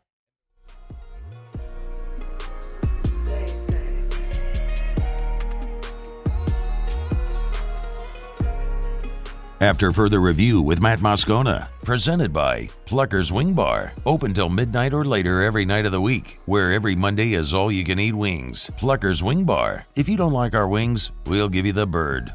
While you're busy with the spring cleaning, we'd like to add to the clutter in your bank account to the tune of $2,000. It's the 104.5 ESPN Baton Rouge Spring Cha-Ching, powered by Citizens Bank and Trust. Register today at 1045ESPN.com. Okay, Muse, let's do it. Pluckers Trivia, hit it. It's time for Pluckers Trivia. How many will Musso get wrong today? Pluckers Trivia. Every Wednesday night, 7:30 at Bluebonnet, 8 o'clock at Nicholson. All right, our guy, Stevie Levy, the king of the wing, did not have questions to send today. The trivia host didn't send them to him. So he said, hey, look, just come up with your own trivia questions for tonight for the segment with Musso. I said, I can do that. So we'll do that. But I don't know what the topic or the round is tonight for Pluckers Trivia, but what I can tell you, 7:30 Bluebonnet, 8 o'clock Nicholson. Get on by, play trivia, eat wings, drink beer, watch sports on TV, win Pluckers gift cards, Amazon gift cards. Hell of a way to spend a night. You love trivia? Who doesn't love trivia? Trivia is great. Everybody loves trivia. Okay, Muse. Sure, these will be fair. I had roughly 2 minutes to come up with something. Okay? So what I did was I said I'm gonna do something that I think it will be challenging, but doable. All right. 1990s trivia. I tried to look at. You told me the year you were born. I tried to look at the year you were born, and I didn't find anything that was readily available. So I just searched 1990s trivia. Found a page. I was like, I think I can nab a few from here. That'll be challenging, but I think we could do well. All right. Okay. Which legendary artists wrote and performed, so two names here, one wrote, one performed, the song I Will Always Love You from the 1992 film The Bodyguard? All right, Whitney Houston performed it. Mm-hmm.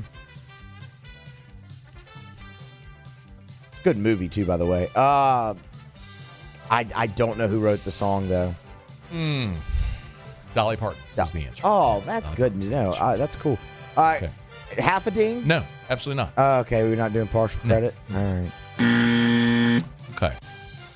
Which 90s girl group is the best-selling girl group of all time?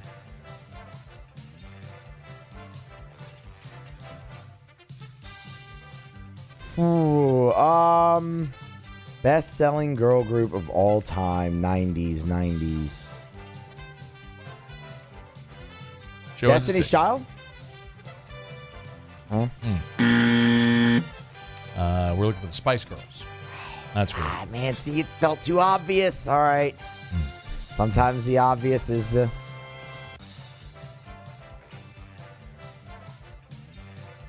You want an easy one? I mean, sure. Or like a moderate one? I mean, I feel like that one was. I thought of the Spice Girls and just thought it can't be. That's too easy. It's too obvious. All right, Muse. Which Disney animated movie? Oh, God. I thought you did good on the Disney one. Well, So I mean, did you yeah, not it just or depends. I'm the one that nailed the Disney. Yeah, trivia. for me, Yeah. it depends. Yeah. Okay. But this era, I could do well. Which Disney animated movie became the first in history to be nominated for Best Picture at the Oscars? Well, I'm just going to go with my default because it's my favorite. I'm going to go with The Lion King, and it's going to be wrong. It's Beauty and the Beast. It's another good one. I do like that movie. It's a great one. Yeah. Hence why it was nominated for Best Picture at the Oscars. Yet again, Muse does a terrible job on trivia. Hopefully you can do better at Pluckers. Nicholson or Bluebonnet, dining, carry out, or delivery. Pluckers, if you don't like our wings, we'll give you the bird. The Otter sent us a text and said, he said, hey, so hang on, I'm going to read it. He said, hey, don't jam me up. I need a little time to explain the plays tonight. All right, Otter. You know what? I like it. I like that our guy's feeling himself a smidge. Go get it, Otter. All right, we'll break then. Come back. I'll make sure Otter has plenty of time so we don't jam him up so he can explain his plays tonight, which I'm sure are going to go awesome. It's AFR. AFR. Get Gordon and get it done. Gordon McKernan, injury attorneys. You know what? One of the things I love about talking about Gordon is likes to have fun, right? I mean, you'll see the billboards and the commercials and the radio ads and everything. You'll hear Flaugier doing the rap. You'll see his dogs on the billboards. He'll put up billboards where he's upside down or he's got the mustache scribbled on his face. He's a marketing genius, and he likes to have fun with it. But the reality is, despite all the fun he has with marketing and name recognition and brand awareness, when it comes to the thing that his firm has done for 30 years, they're exceptional. Over the past 30 years, Gordon McKernan Injury Attorneys have recovered more than $2 billion in damages for their clients. So, if you've been injured in an accident, it's not your fault. You need representation. Don't go it alone. You can trust Gordon McKernan Injury Attorneys. Go to getgordon.com, getgordon.com. You know what to do. Get Gordon and get it done. Bayou Chrysler Dodge Jeep Ram is taking $11,000 off the new 23 Dodge Charger. We're open for business in our beautiful new showroom and taking $11,000 off the powerful new Charger. All new Bayou vehicles come with a 1 million mile warranty. The crew at Bayou Automotive is going to do right by you.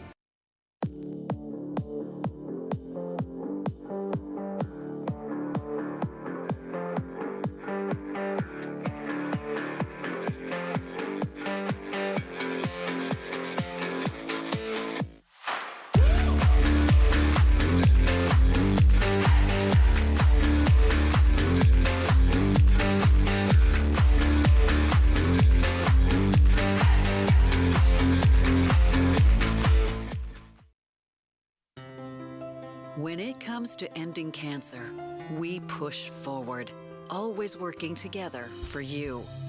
That's why our cancer experts at Ochsner have clinically integrated with MD Anderson Cancer Center. This means advanced cancer care, including access to life-saving clinical trials and integrating care to treat the whole you. Introducing Ochsner MD Anderson Cancer Center. Long live you. I've been doing business with Luba for 25 years. They're dependable, trustworthy. It's just the attention to detail with our clients. Our folks have years and years of experience. They're highly trained professionals. But many companies have that asset. What I'd like to think makes Luba a bit different is that we use those talents in a way that truly is dedicated to serving the needs of the folks who depend on us. Jerry and Benny Payne began Central Plumbing Company out of their driveway in Tanglewood Subdivision. 50 years later and 4 generations down the road, we continue to serve Baton Rouge and the surrounding areas for all of their plumbing needs. Residential, commercial, industrial, or hospitality, Central Plumbing is here 24/7, 365. We want to thank our customers, family, and friends for 50 years of success. And looking forward to 50 more. There it is, the extra mile, on the border of expected and extraordinary for those willing to go further, like vans customized for work or play, with safety and tech to keep you connected, supported by a 5-star sales service and finance team, and backed by the 1-star you know. So go the extra mile. It's never crowded, because so few have what it takes to go there. Mercedes-Benz Vans. At Relief Windows, we're more than windows. We're windows, doors, hardy plank, and vinyl siding. But our #1 product is always customer satisfaction.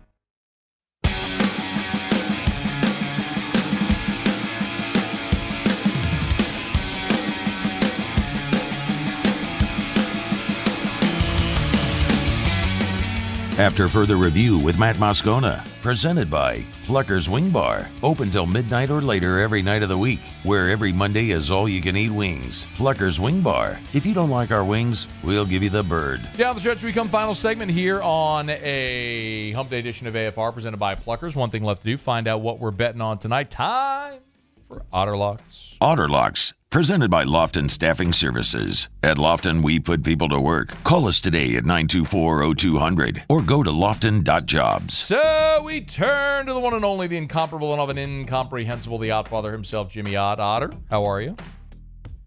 Doing pretty damn good, boy. After that rocking chair win last night, let's go. Let's keep it going. Let's keep it going. 2-1 night for the Otter, a winning night. We're back to our winning ways. Let's get it. What are we looking at?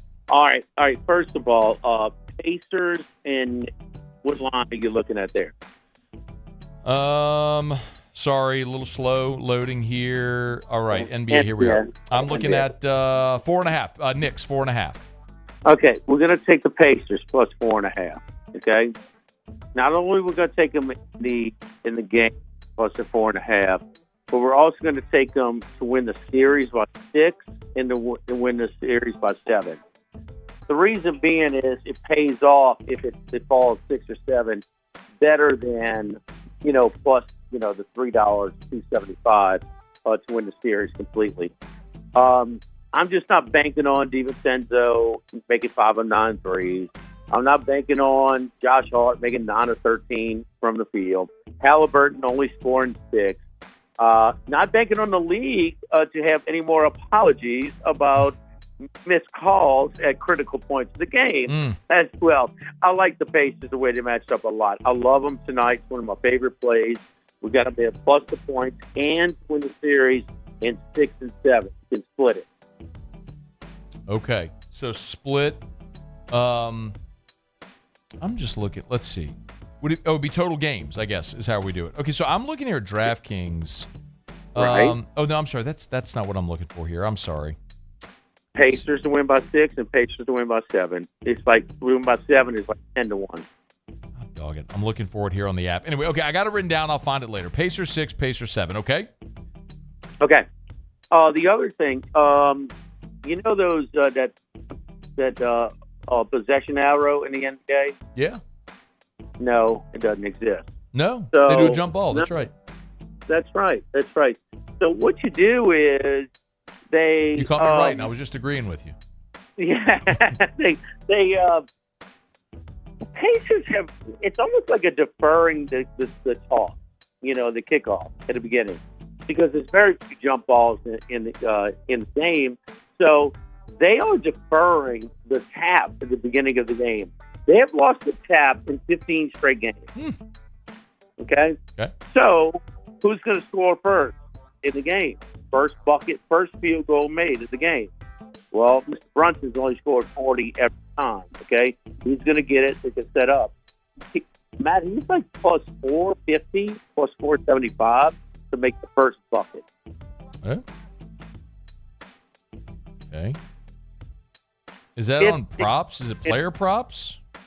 Yes. Miles Turner is 7 feet tall. He can jump. He's not losing 15 by accident. It's more than coincidental. They're taking the ball in the first possession, the second and fourth quarter. Okay. All right, so man, I'm having to dig deep into these props to find First field goal made. All right, first Brunson. field goal made, Brunson. Anywhere from plus $4.50 to $5. All right, got it. Who else we going to bet? Mitchell Robinson? Hartenstein? Why is Mitchell Robinson out here catching strays from you, Otter? He's out tonight. Even more reason why I don't think, guys like Josh Hart, who are effort guys, can play 48 minutes for a whole time. So that's what we heavy on this Indiana Pacers New York Knicks game tonight. All right. So we're looking at Pacers 4.5. The Pacers in the series both 6 and 7. First field goal made. We're going Brunson tonight. Yes. All right. And then at the end of a doubleheader tonight, the Rangers and the A's. Rangers beat them in games 1 and 2. Came from behind. Game 1 on Monday night. Yesterday afternoon, they blasted them. Had a lead early today, but the A's have won. Leiter, little Leiter from Vanderbilt. Yeah. Drafted number 2, number 3, whatever he was. He would not be brought up right now if it wasn't for how highly he was drafted. So they got a doubleheader to bring him up. He's the 27th man on the road. He's been getting shelled in minor league. They brought him up for one appearance in the majors. He got shelled again. The A's are right under 500. They're a top 5 ROI team in MLB this year. We're going with the A's to speak of a doubleheader at a plus price there. By the way, that game's underway. The Rangers currently lead 1-0 in the bottom of the second. There you go. More reason. So take them at full price. All right, so we're taking the A's at plus 175 here on the live line, okay? Yep, plus 175 live line. All right. Is that it? 1 minute That's remaining. it. All right, Otter. We got a lot to delve into. Now we're going to go find all these prop bets and everything deeper in the DraftKings app. Whole minute remaining, just like that Chick-fil-A, commercial, Jeremiah. I agree with Jeremiah. Those chicken minis, man, they taste so good. Like a cloud, like a fluffy cloud. Get out of here. We got to go. Thank you, Otter. Have a great night. Where are you tomorrow? We're in Gonzales. No, seafood is safe. All right, they'll be at Snows. Thank you, Otter. We appreciate it. Have a great night. Good luck. That'll do it for us here. As always, brought to you by South Point Volkswagen, southpointvw.com. New and certified pre-owned in Baton Rouge and online at southpointvw.com. Got to remind you, college students, $500 bonus when you buy a car at South Point Volkswagen. Go check them out. Louisiana's largest volume Volkswagen dealer. South Point Volkswagen. We'll see y'all tomorrow at 3. AFR. All right, as we get on down the road, love telling you about Michelli Weighing and Measurement. Michelli.com with 30 locations across 11 different states. You weigh or measure something. I tell you every day. They sell, service, and rent the products that you use to weigh and measure. They offer ISO 17025 accreditation. Matt, what is that? If you have to ask, then you don't need it. But if you know what it is, you know why it's important. I have had enough Michelli clients over the years tell me, I hear you say that all the time, and you're right. So, yes, ISO 17025 accreditation. They also have their track system. Track is an acronym. Track, records, assets, and calibrations. This is one of the things Michelli does that makes you more efficient. It allows you 24/7, 365 access to all of your calibration certificates down to the name of the technician that calibrated your devices if you ever get audited. They think of everything. It's Michelli Weighing and Measurement.